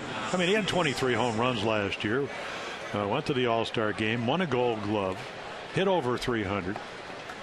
So again, one of their many former #1 draft picks that have come to the big leagues and are figuring it out. Now if they can get some of the starting pitchers to come up and do the same thing, because they're not a bad. I mean, they've had 2 bad months, but they've had 2 months where they're over 500. Team in the making. Yep, and this is again, it could be the 3rd month. You know, bad April, good May, good June. Not a very good, only 7 wins in July, and now if they win tonight, it's not a done deal. They'll be 6-3 in the month of August. Their core players are, they hope, in place. Their catcher Perez, who they're counting on. You got Butler as the designated hitter. Escobar, who plays at shortstop.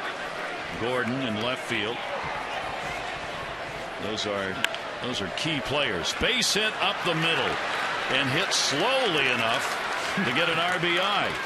As Gordon will score easily. Escobar's got his 2nd hit and his first RBI, and it is an 8-1 ball game. So already 4 doubles tonight to go along with the 2 home runs and the triple. And I mean, he hit that ball right on the trademark and just steered it. A little breaking ball that stayed up. So here's another youngster, as you mentioned, came over in the Zach Greinke trade that last year hit a little bit over 250 at 254, now hitting at 300. And the pitch will be taken down low. That's 11 hits now for Kansas City. They've got 8 runs on 11 hits. The Orioles a run on 4 hits in the ball game. Escobar's got 2 of those hits. He's at first base. Swing and a miss by Kane, who is singled. He is 1 for 3 in the ball game. Escobar 39 runs batted in now. The Kansas City brought their bats ready to go. And they're doing what they do best, and that's pick up the runs and extra base hits. They've got 7 extra base hits of the 11. Machado 1. That's all they need. They get the force out, but another run in on 2 hits, no errors, and the base runner left on, and the Royals have an 8-1 lead.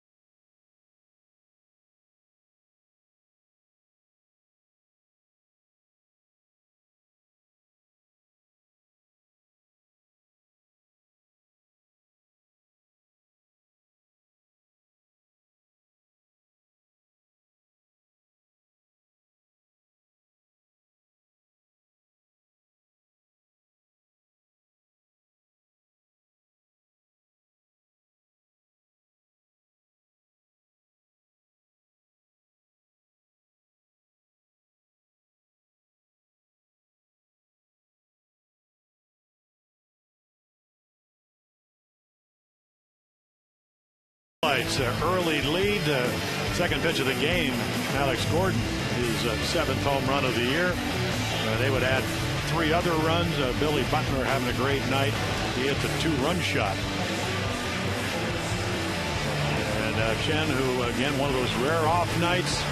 Will Smith, second time around, to Manny Machado, triple up the gap and would eventually come around to score the Oriole a run of the evening in the 5th inning. So, again, Billy Butler, good night. The other Will Smith having a chance to win. And Manny Machado in his debut with a triple, 1 for 2. Thunder and lightning going on around the ballpark. Rain, the very brief light rain has stopped for the moment, but the thunder and lightning is not. Here's Wieters. Wieters with a single, and he is struck out. Matt's had only 2 hits against Kansas City, 2 for 17 this season. And the pitch taken and a 2-ball, 1-strike count. The Orioles need base runners as we go to the bottom half of the 6th, being outscored 8-1. Kansas City trying to even up this season series with a victory in this ball game. The Orioles have the 3-2 lead. Orioles 1-2 here at Camden Yards against KC, 2-0 in Kansas City.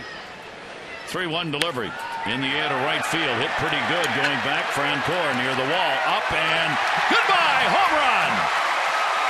Wieters delivers the solo shot for the Orioles and puts a 2-spot up, making it an 8-2 game with his 17th home run of the year. And now 3 home runs in the last 3 games. Couple on Tuesday night, 5 RBIs yesterday. You could see 16.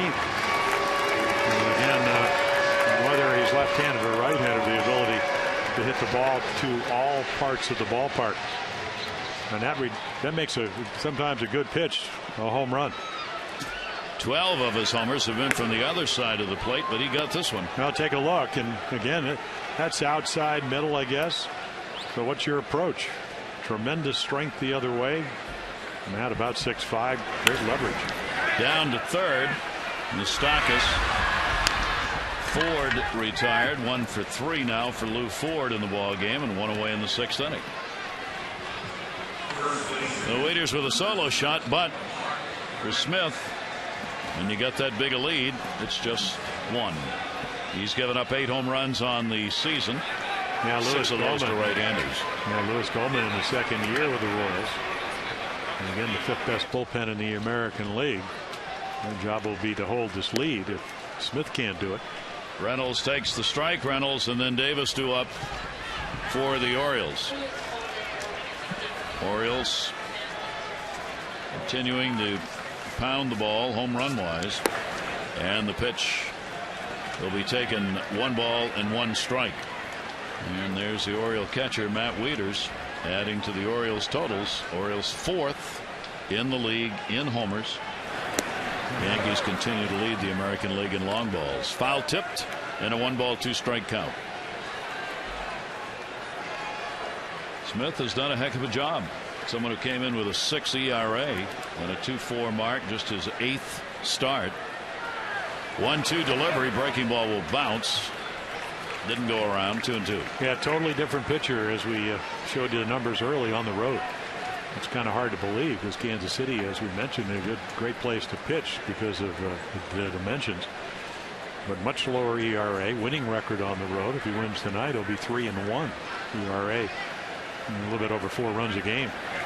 And pulled the string on him and gets Reynolds for a strikeout number 5. But again, when you're around the plate and the stuff is, they called him, Ron Washington, the Rangers called him a finesse pitcher, but he's made some pretty good pitches, and he's hit 92. Average major league fastball probably a little over 90 miles per hour. He used all his pitches, and they got him the early lead. That's a pretty good combination. 2 down after giving up the solo home run to Wieters. Here's Davis, 0 for 2 in the ball game. He is flied out and struck out. And Chris puts that one into the glove at first of Hosmer. And that's that. Hit it hard, right at him. 1 run, 1 hit, no errors, nobody left on. Matt Wieters leading the inning off. Home run number 17. And the Orioles now trailing.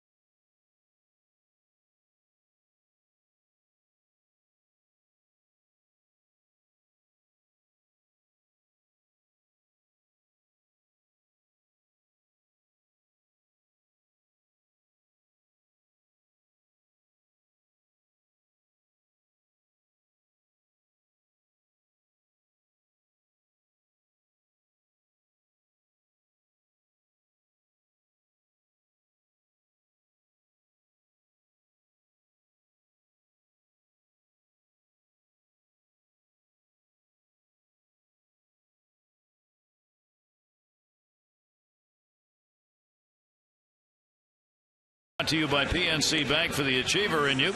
Jim and Rick are standing by. Buck will listen in on the press conference, player interviews, and more, all coming up after the ball game. The Orioles trailing Kansas City in this, the first of 4, and Greg out of the ball game, Lidstrom in.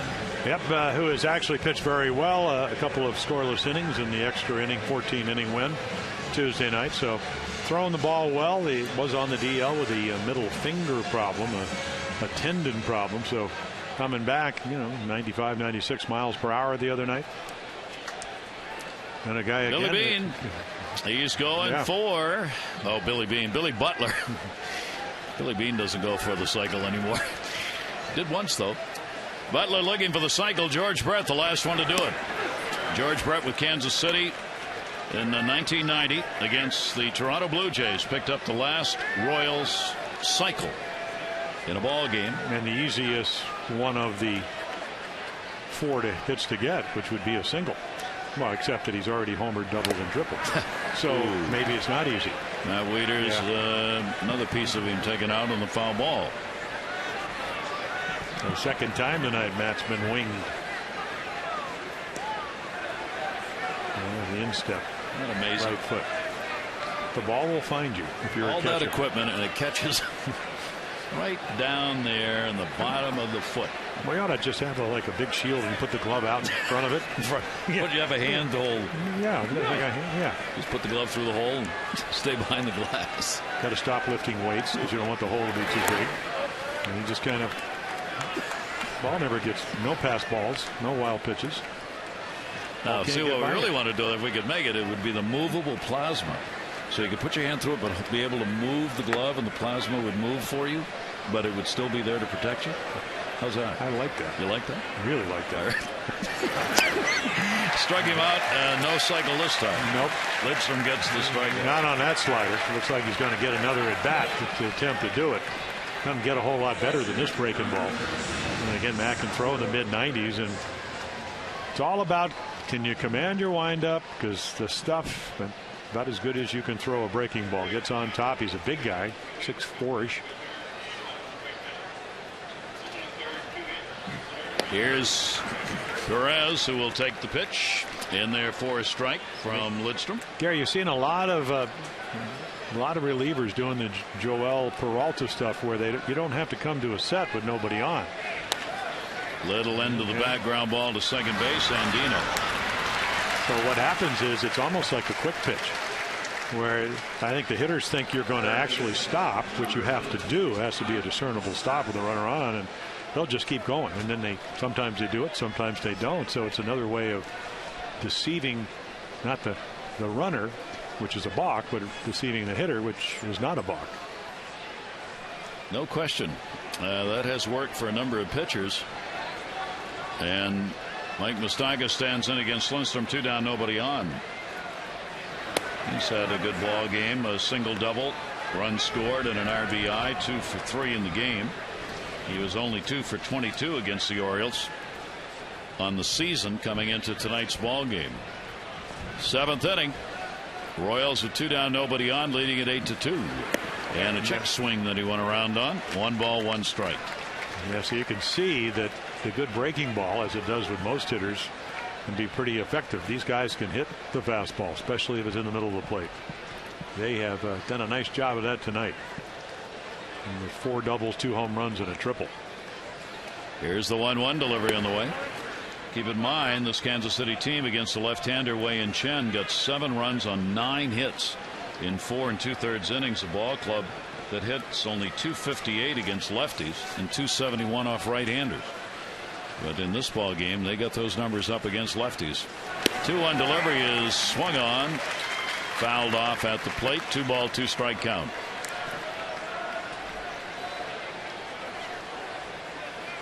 Yeah, you look at their record at 47-63, and again, they are now working on their 3rd winning record of the month. They've just had 2 horrible months.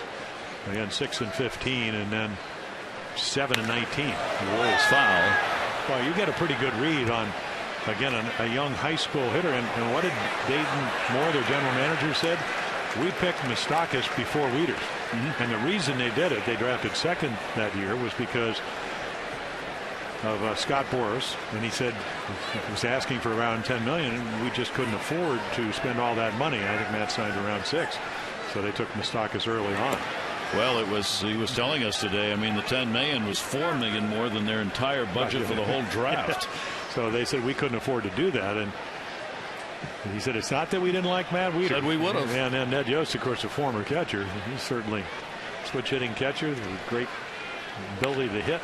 3-2 down to first base, foul ball.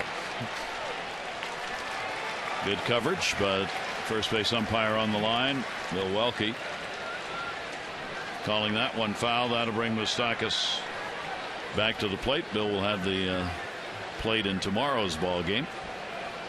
Yeah, and talk about young players. Again, Moustakas, a former #1 guy, the same year that Matt Wieters was drafted. They got a guy, Will Myers, who has 33 home runs at AA and AAA this year. And what Dayton Moore was telling us, he just didn't come from he came from North Carolina, maybe not as good a high school program. Tomahawk chop goes to second base. Andino will make the play and record the out. 7th inning stretch time here at Camden Yards. 7th inning stretch time is brought to you by Jack Daniels Tennessee Honey. Fly straight. Drink responsibly.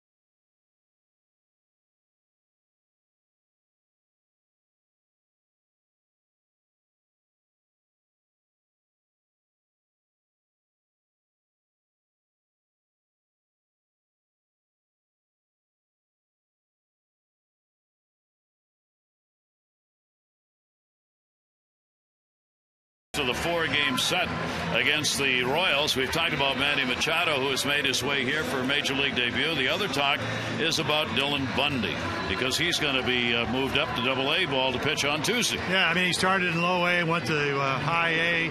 The number's not quite as good because, again, he was so good at lower A that, I mean, you couldn't duplicate that. And I think, his quote, I always, what I thought when I met him in spring training, that for a kid that's, 19, he's very mature. Not only does he have great mechanics and great ability, that's why they gave him over $7 million. But I think he has a pretty good idea of how he can, a matter of self-assessment. You don't see a lot of young players doing that. And he said, now I've learned that maybe I need my changeup and my breaking ball, but now I need to locate my fastball better. So AA will be, again, over the next, month or so, till that season ends, a great testing ground for him. And Dan Duquette talking about it, saying, I believe everybody that comes to the major league level, pitcher or hitter, has to prove themselves at the AA level first, that you can't skip that. So there are the numbers Dylan Bundy's put up with Delmarva. Now on to AA. The Orioles have pitched him, as far as innings pitched are concerned, in a way that when the September roster opens for call-ups, if the Orioles indeed are in the running, he is going to have a chance to come up and play if they think he can help them win some ball games. Robert Andino to short. Escobar makes the play, and one down here in the bottom of the 7th inning as Will Smith continues to roll along. So Aaron Crow, he gets up. Pitch count now at 93, and Will Smith is actually better now than he was early on as far as making better pitches and being more aggressive earlier in the count. But then again, he still has here in the 7th inning a 6-run cushion. And a big swing and a miss. And you take a look, Manny Machado in his debut, first career major league hit, ends up being a triple as he legs this one out. And he would come around to score the Orioles' first run of the ball game on a sac fly and a good base running play made. You see Dan Conley of the Sun, not to fuel the hype, okay, to fuel the hype, but homered in his first game at Frederick, first game at Bowie, just saying. We mentioned that earlier, and he didn't do it here. But hey, a triple picked up in his second at bat. It's not so bad. What's the big leagues? Not easy to hit home runs. Not easy. Probably harder to hit triples. And he'll top that one towards second base. Gets not going to get the play. And that should be his second hit. 2-for-3 ball game as he comes away with a single there in the 7th inning. So 4 total bases on the night. There's your home run of sorts. Yeah, just a little, maybe a little backdoor cutter or whatever, and he just rolls over, hits it right on the end of the bat. You can see Smith falls off. Gets probably had a little bit more time, but you can see Chris playing real deep. And then when he barehands it, can't come up with it. So there you go, 2 for 3. Good start. Machado on at first base, top of the order, Nick Markakis. Manny Machado batting in the 9th spot a little different, as you might expect. He was the number 5 hitter 95 times in the lineup this year. 3rd 6 times, hit 4th 5 times, and 6th twice. And opens up his major league career batting in that number 9 spot.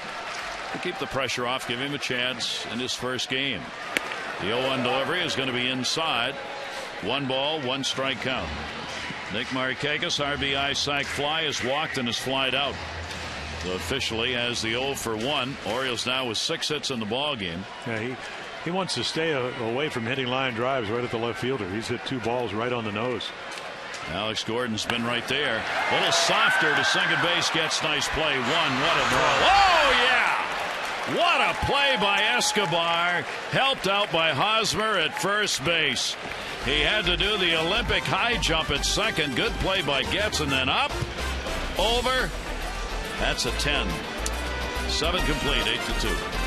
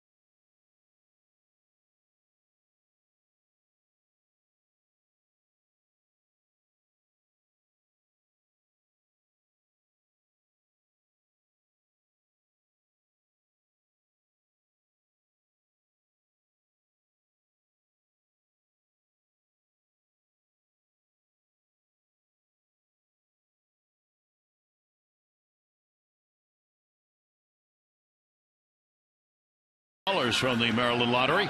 For your chance to be the Maryland Lottery contestant of the game, play Strike It Rich, scratch offs, and enter your non-winning ticket codes at mdlottery.com/strikeitrich. Wanda, maybe more to come. On the mound, Ayala. Yeah, here tonight, tomorrow in York at the Galleria. He's done a really nice job. In fact, all year had a little bit of a spell back in the late June to early, really to the All-Star break. 6 earned runs in 7 innings, but again, over the last 10 games, 13 innings, only 3 earned runs. And you can see it really doesn't matter. Lefties actually not hitting him as well as right-handers. And the ability, as he did last year for the Yankees, keep the ball in the ballpark.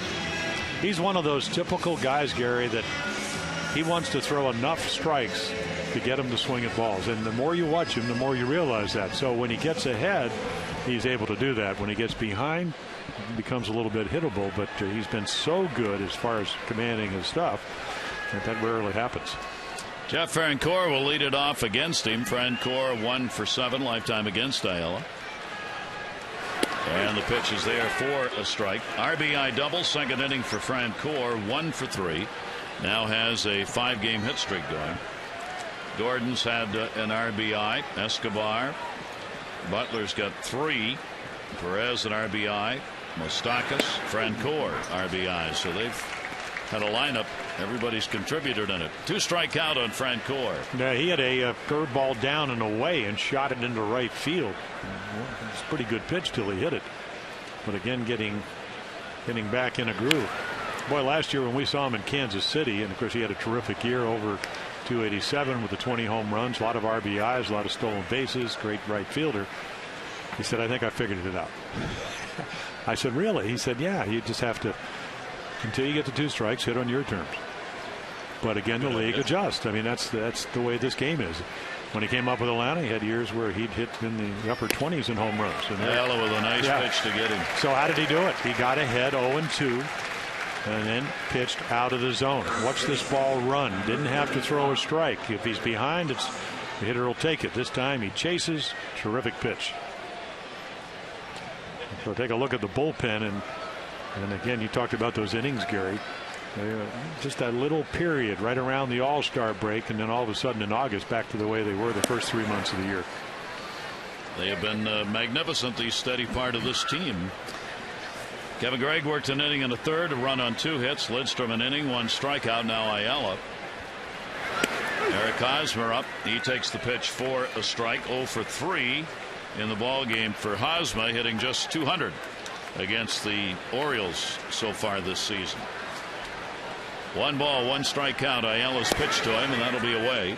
We'll be right back here tomorrow night for game 2 of this 4-game set. Miguel Gonzalez, Luke Hochevar will go. We'll be on the air at 6:30 with those extras. 7 o'clock for the ball game. Hosmer had a great rookie year last year. In the air, third base or left field. Machado going back, looking over the shoulder, can't get it. It'll be a base hit. And a good play by Ford to come in, cover it up, and hold Hosmer to a single. Yeah, a little different angle at third. You know, at shortstop, of course, Hardy couldn't get to it. But again, it's right over the shoulder. And you could see how far off the line he is. He's got a pretty good read on it. Head down, ball twisting, looking around to see where Lou Ford is, and then slips. And again, the rain might have had something to do with that. That's a base hit dumped in by Hosmer for his first hit of the ball game. And here's Getz, who's going to look for his first hit. Almost looked over his shoulder. Said, I already got it. Yeah. 2 hits tonight. Come on, Lou. Where are you? 0 for 2 for Getz, has drawn a walk, struck out, fly out. Buck Showalter talking about Machado going from short to third, saying what we're talking to him about, and the biggest difference that Buck Showalter sees is the clock. How you, in your own mind, view the time you have to make a play. The big difference between short and third. 1, and can't get it out of the glove. And Dino with a nice play. Getz hits into the fielder's choice. Yeah, you know, J.J. Hardy wants to catch it and kind of a catch and release like a fisherman, because he knows Getz can run. And Dino, of course, shortstop speed, gets to this play easily. What a terrific play by Robert. And then right there, can't get the handle on it. Had to hurry to turn 2. Good play to get the second out. Gets on at first. Gordon, the leadoff batter, coming up. Nice work by Andino on your right. Alex Gordon, a 2-hit ball game. He has homered and doubled, scored 2, and has an RBI. Gordon continues around that 270 career batting average that he has against the Orioles, and now has 6 lifetime home runs against the O's. Escobar will be on deck if the inning continues. Getz going nowhere at first base. The short lead. Pitch swung on and missed, and quickly ahead on the count 0-2. Yeah, I was telling Alex, I said, every time I see you, I start getting nervous because you remind me of George Brett. And of course, Brett, on his way to Cooperstown, had over 3,100 hits. There is Aaron Crow, another former number 1 draft choice that's rushed to the big leagues last year. Did a nice job. Here's the 0-2 delivery on the way. Gordon up the middle. That's going to be a base hit. Making the turn. Getz will head over to third base. Ball just dies out there in center. Jones gets it back in. So that's a 3-hit ball game for Gordon. Take a look at our notebook here and our bats ahoy. Josh Hamilton's back at it. June and July combined 1 4 RBI game and a 202 average in August. He's hitting 289. Curtis Granderson, last 5 games, lead off 2 for 20 last night. Hit in the 6th spot, went 3 for 5 with a homer. And the A's, 123 home runs, the most in a season since 2009. In the wild card race, I saw a number. They were 31-17 in their last 48 games, and that's one of the best records in baseball. They are in it, as are the Orioles. Here's the pitch with 2 down to Escobar, second base. Andino. No runs, couple of hits, no errors, 1 left on base. O's coming up, bottom of the 8th. It's an 8-2 Royals lead.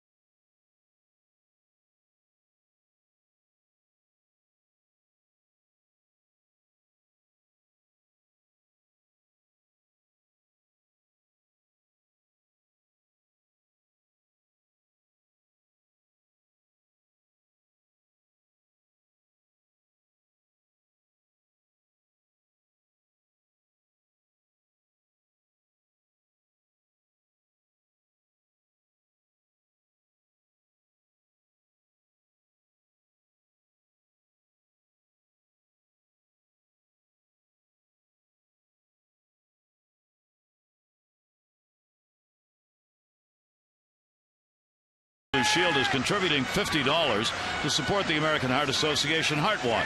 319 walks to date, $15,950. Care First Blue Cross Blue Shield encourages each of us to take that first step towards a healthier and more active lifestyle.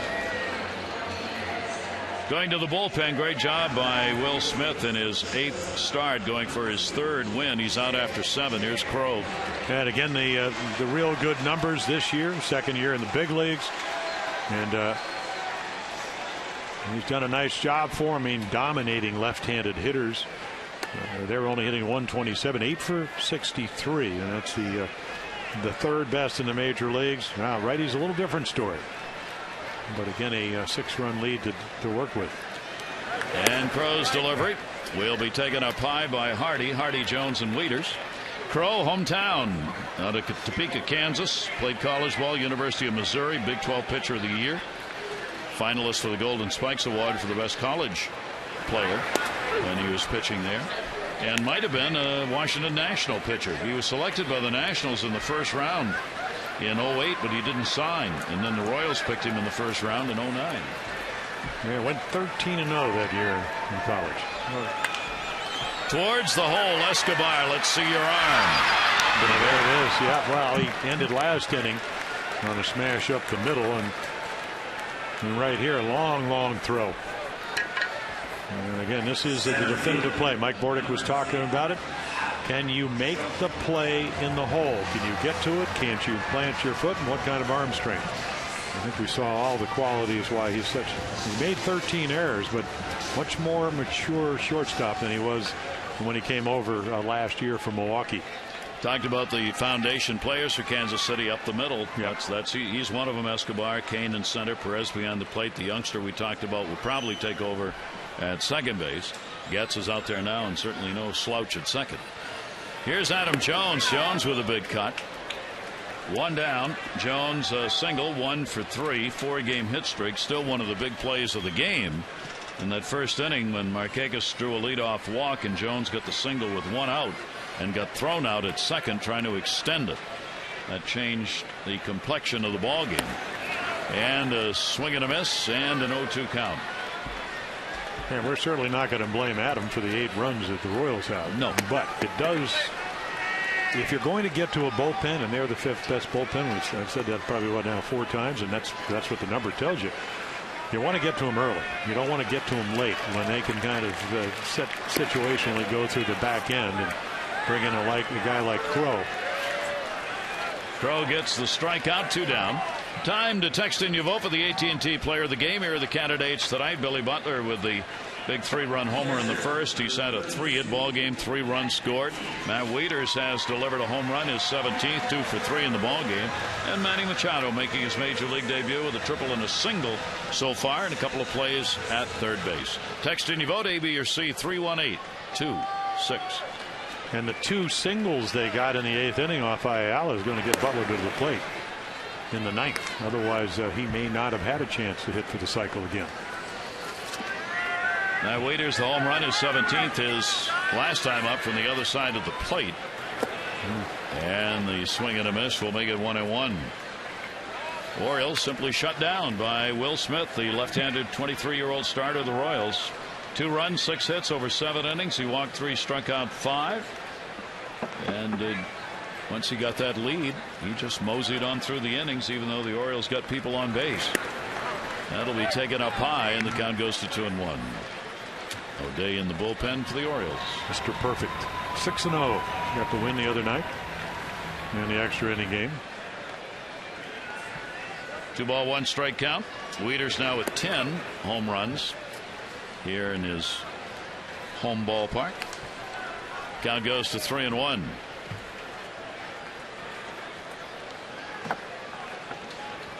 Davis on the left, Markakis.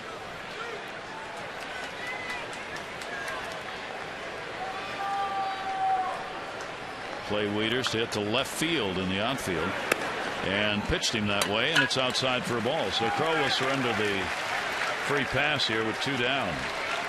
This copyrighted telecast presented by authority of the Orioles may not be reproduced or retransmitted in any form, and the accounts and descriptions of this game may not be disseminated without the express written consent of the Orioles. 1 on, 2 out in the 8th. Lou Ford a single, 1 for 3. Well, you still have 4 outs to work with, and only a stretch failing by 6, but just don't know. Well, I learned that earlier in my career when I played for Cal Ripken Sr. Start putting the bats away with a big lead. Down in the instructional league, he told the young bat boy, 27 outs. And outside, and the count goes to 2-0. And they get Perez at only 22 quickly.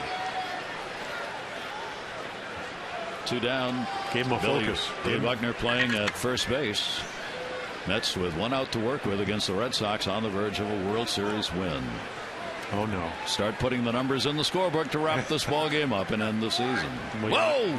Oh yeah. Wait a minute. That's what the games are all about. That's exactly right. You better play him through. That misses outside, 3-0. Just what the Orioles need here. Base runners in the 8th inning. Well, I did that playoffs, and every time they got a lead, Dave Stapleton came in for defense, except in that particular game, game number 6. John McNamara wanted Billy Butler, who had a terrific year with a bad ankle, to be on the field, and Mets were certainly happy about that when the ball went through his legs. To be able to celebrate with the team. Yep. Ball is fouled and back towards the seats. Well, that's kind of the point last night when you're in a pennant race. Buck Showalter, after Steve Johnson strikes out 9 in 6 innings, has a big lead. He said, I'd love to have sent him out there to have him hopefully get an out and then bring him off the field, but it just wasn't the right situation. So while as loyal and there's nobody that has a better, I think, respect for the game than Buck Showalter. I mean, there are a lot of guys in that category. That's what he wanted to do, but thought better of it. That ball towards the gap. They weren't playing him that way, but over to get it is Kane with that big-time speed. And the Orioles retired. We'll leave a base runner on. We go to the 9th inning. Yep, 1 left.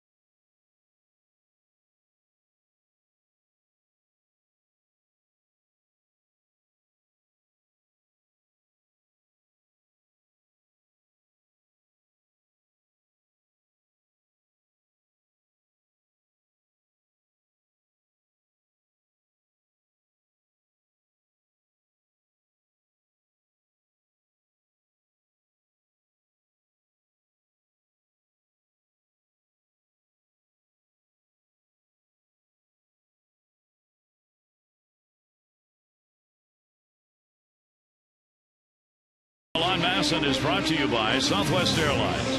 Find our fares online only at southwest.com. And by Dodge. See your authorized Dodge dealer and experience a world of performance, design, and fuel efficiency. Schedule a test drive or go to dodge.com and check out their powerful lineup. The big leg kick.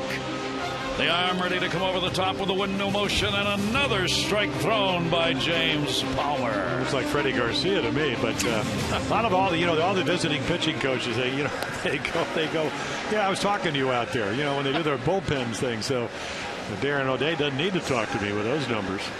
Well, again, he's been on a roll as the bullpen has. Again, 9 scoreless appearances. Had one in the middle of July, right after the All-Star break. Gave up 3 runs, which is like a month full of runs for him. But again, you have to go back and look at the way they reconstructed this bullpen. By moving Jim Johnson into the closer role. They went on waivers, got Darren O'Day, picked up Ayala. They made the trade, Jeremy Guthrie in the ballpark tonight, now with the Kansas City Royals, but they went out and got Jason Hamill and also Matt Lindstrom. So a lot of different faces, and the bullpen has been terrific. And we go to the 9th inning. Here's Lorenzo Cain, and that is outside. Did he get to that ball about as easy as you can get to? Again, yes. He was way over in right center field off the bat of Lou Ford. He made it look routine. Great speed. He reminds me of Curtis Granderson. Here's the 1-0 delivery on the way and a strike taken. Well, not at the plate. No, reminds me of George Hendricks, who's now the first base coach with Tampa. He holds his hands high, and George was a terrific player. He runs a little bit better than George. Or at least plays defense better. 1-1 delivery, foul back. We will get to see here in the 9th inning Butler go after the cycle. He's waiting in the on deck circle. He's had the home run, double, triple, 3 for 4 in the ball game, and will get, as Jim said, another chance here in the top of the 9th inning. 13 hits for the Royals. Ayala gave up 2 hits in 1 inning, had a strikeout. That ball in the air to center. Jones will come. Andino back, and he's got it. Lane retired, 1 away. The Orioles invite you to a very special American Red Cross blood drive. You can join us for a life-saving event on Saturday, August 18 from 8 to 4 here at Oriole Park. All donors receive a limited edition Oriole Park 20th anniversary baseball, 2 tickets to an upcoming game, and a chance to meet former Oriole Chris Hoyles. The appointments are required for this, so to schedule, call 1-800-RED-CROSS. And of course, in the summer, the blood need always high because of folks on vacation, etc., who normally give blood aren't available. So if you can, please do. Here's Billy Butler after that cycle, which would be a base hit. George Brett, again, the last Royal to do it in July of 1990. Yeah, coming into the season, he had 4 hits on 11 occasions, 5 one time. That was back in 2009 here in Baltimore against the Orioles. Here's the 1-0 delivery on the way to him, and a swing and a miss. O'Day gets it in and up, and a 1-ball, 1-strike count. Talking with the Kansas City people before the game about Butler, and I said, look, he's so good this year. Can he be this kind of a ball player for a sustained period? And they said absolutely, because they believe he makes some of the best adjustments at the plate of anyone they've seen in a long time. He adjusts each at bat and has done it so well this year, and he's put up the .304 average and 23 home runs.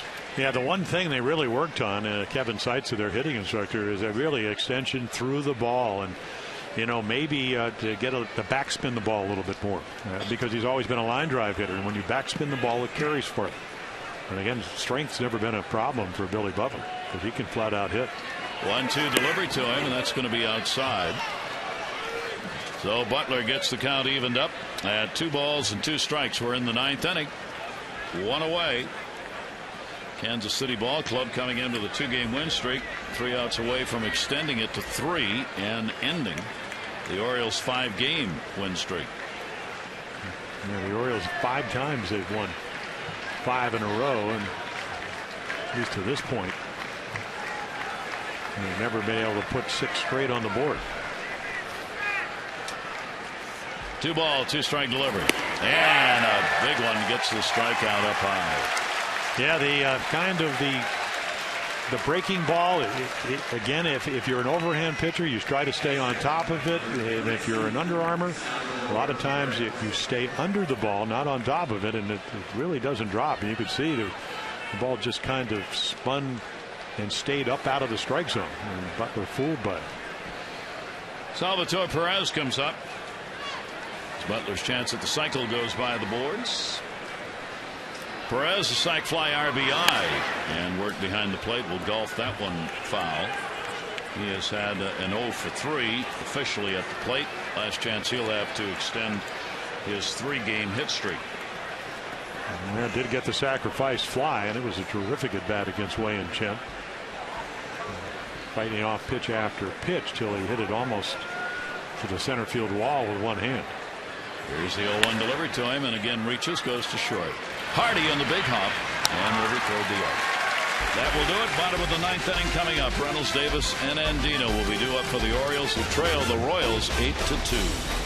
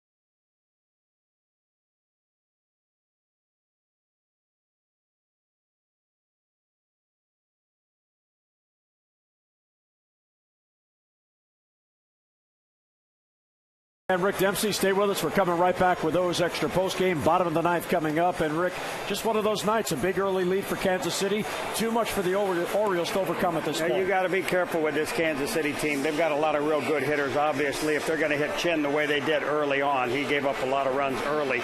But how about Manny Machado tonight? What a great night for this guy. You got to see what he did. Well, we're coming back to break it down. But bottom of the 9th coming up next. Let's head back upstairs to Gary and Jim. Jim and Rick will have a look back. We'll see Machado's night obvious at the plate. And as they said, this ball club's so good when they get the early lead. 36-15 when they score first. They scored first, and they're 3 outs away from winning. Yeah, it's usually not about the starting pitching, even though tonight Will Smith was very good. A little erratic early on. Jeremy Jeffress, again, another guy that they acquired along with Escobar and a number of other players, key players in the Zach Greinke. Early on in his career, he was a #1 draft choice. Another one of those guys backed by the Brewers back in 2006. So a chance after just being recalled to the big leagues, a chance to see him as he tries to protect the 6-run lead. And the Orioles try and get some people on base here. The starter, Will Smith, 2 runs, 6 hits, 7 innings, looking to win his 3rd. Wei Chen gave up 7 runs, 9 hits, 4 2/3. The most hits, most runs he's given up in the start this year, and could suffer the loss. He would be 10-7. And the Orioles would lose a game on the Yankees, who are right now 5 games ahead. If the Orioles lose this, they'll be 5.5 behind the Yankees in the division race. Well, might as well get some hits. And what a great article. Mark Trumbo, the power hitting right fielder, the left fielder for the Angels, is slumping Trumbo looking for answers. And he says, physically I feel great, no excuses. I've been through the try harder phase. I've been through the try less hard phase. I've been through the same try the same phase. I've been through the stop swinging at certain pitches phase, and I've been through the be more selective phase. And he's 3 for 30. Yeah.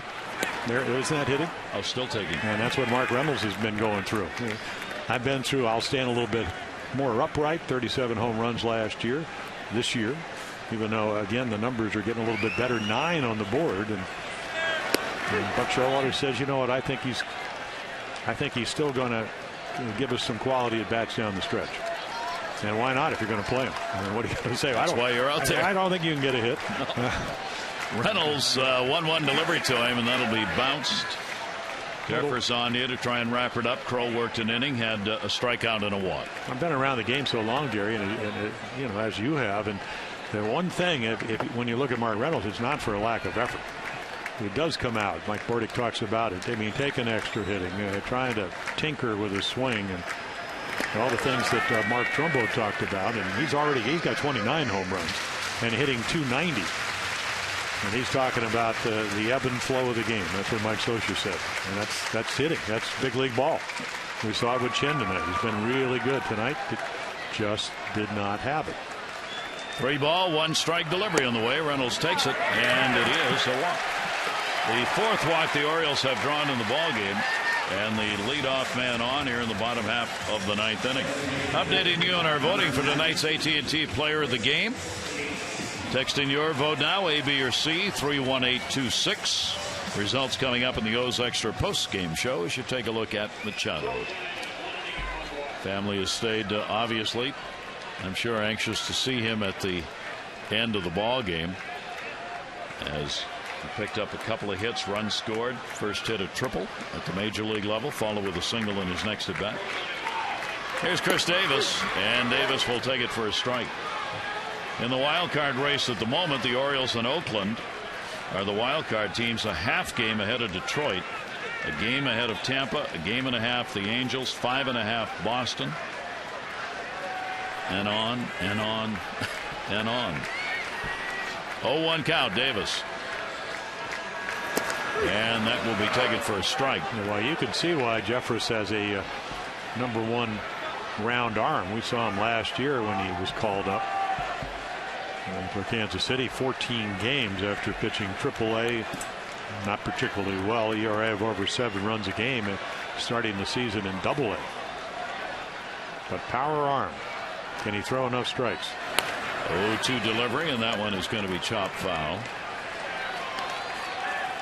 Jeffress gets the count, 2 strikes, stays there with the foul ball. He's probably got some fans on hand. He's from South Boston, Virginia.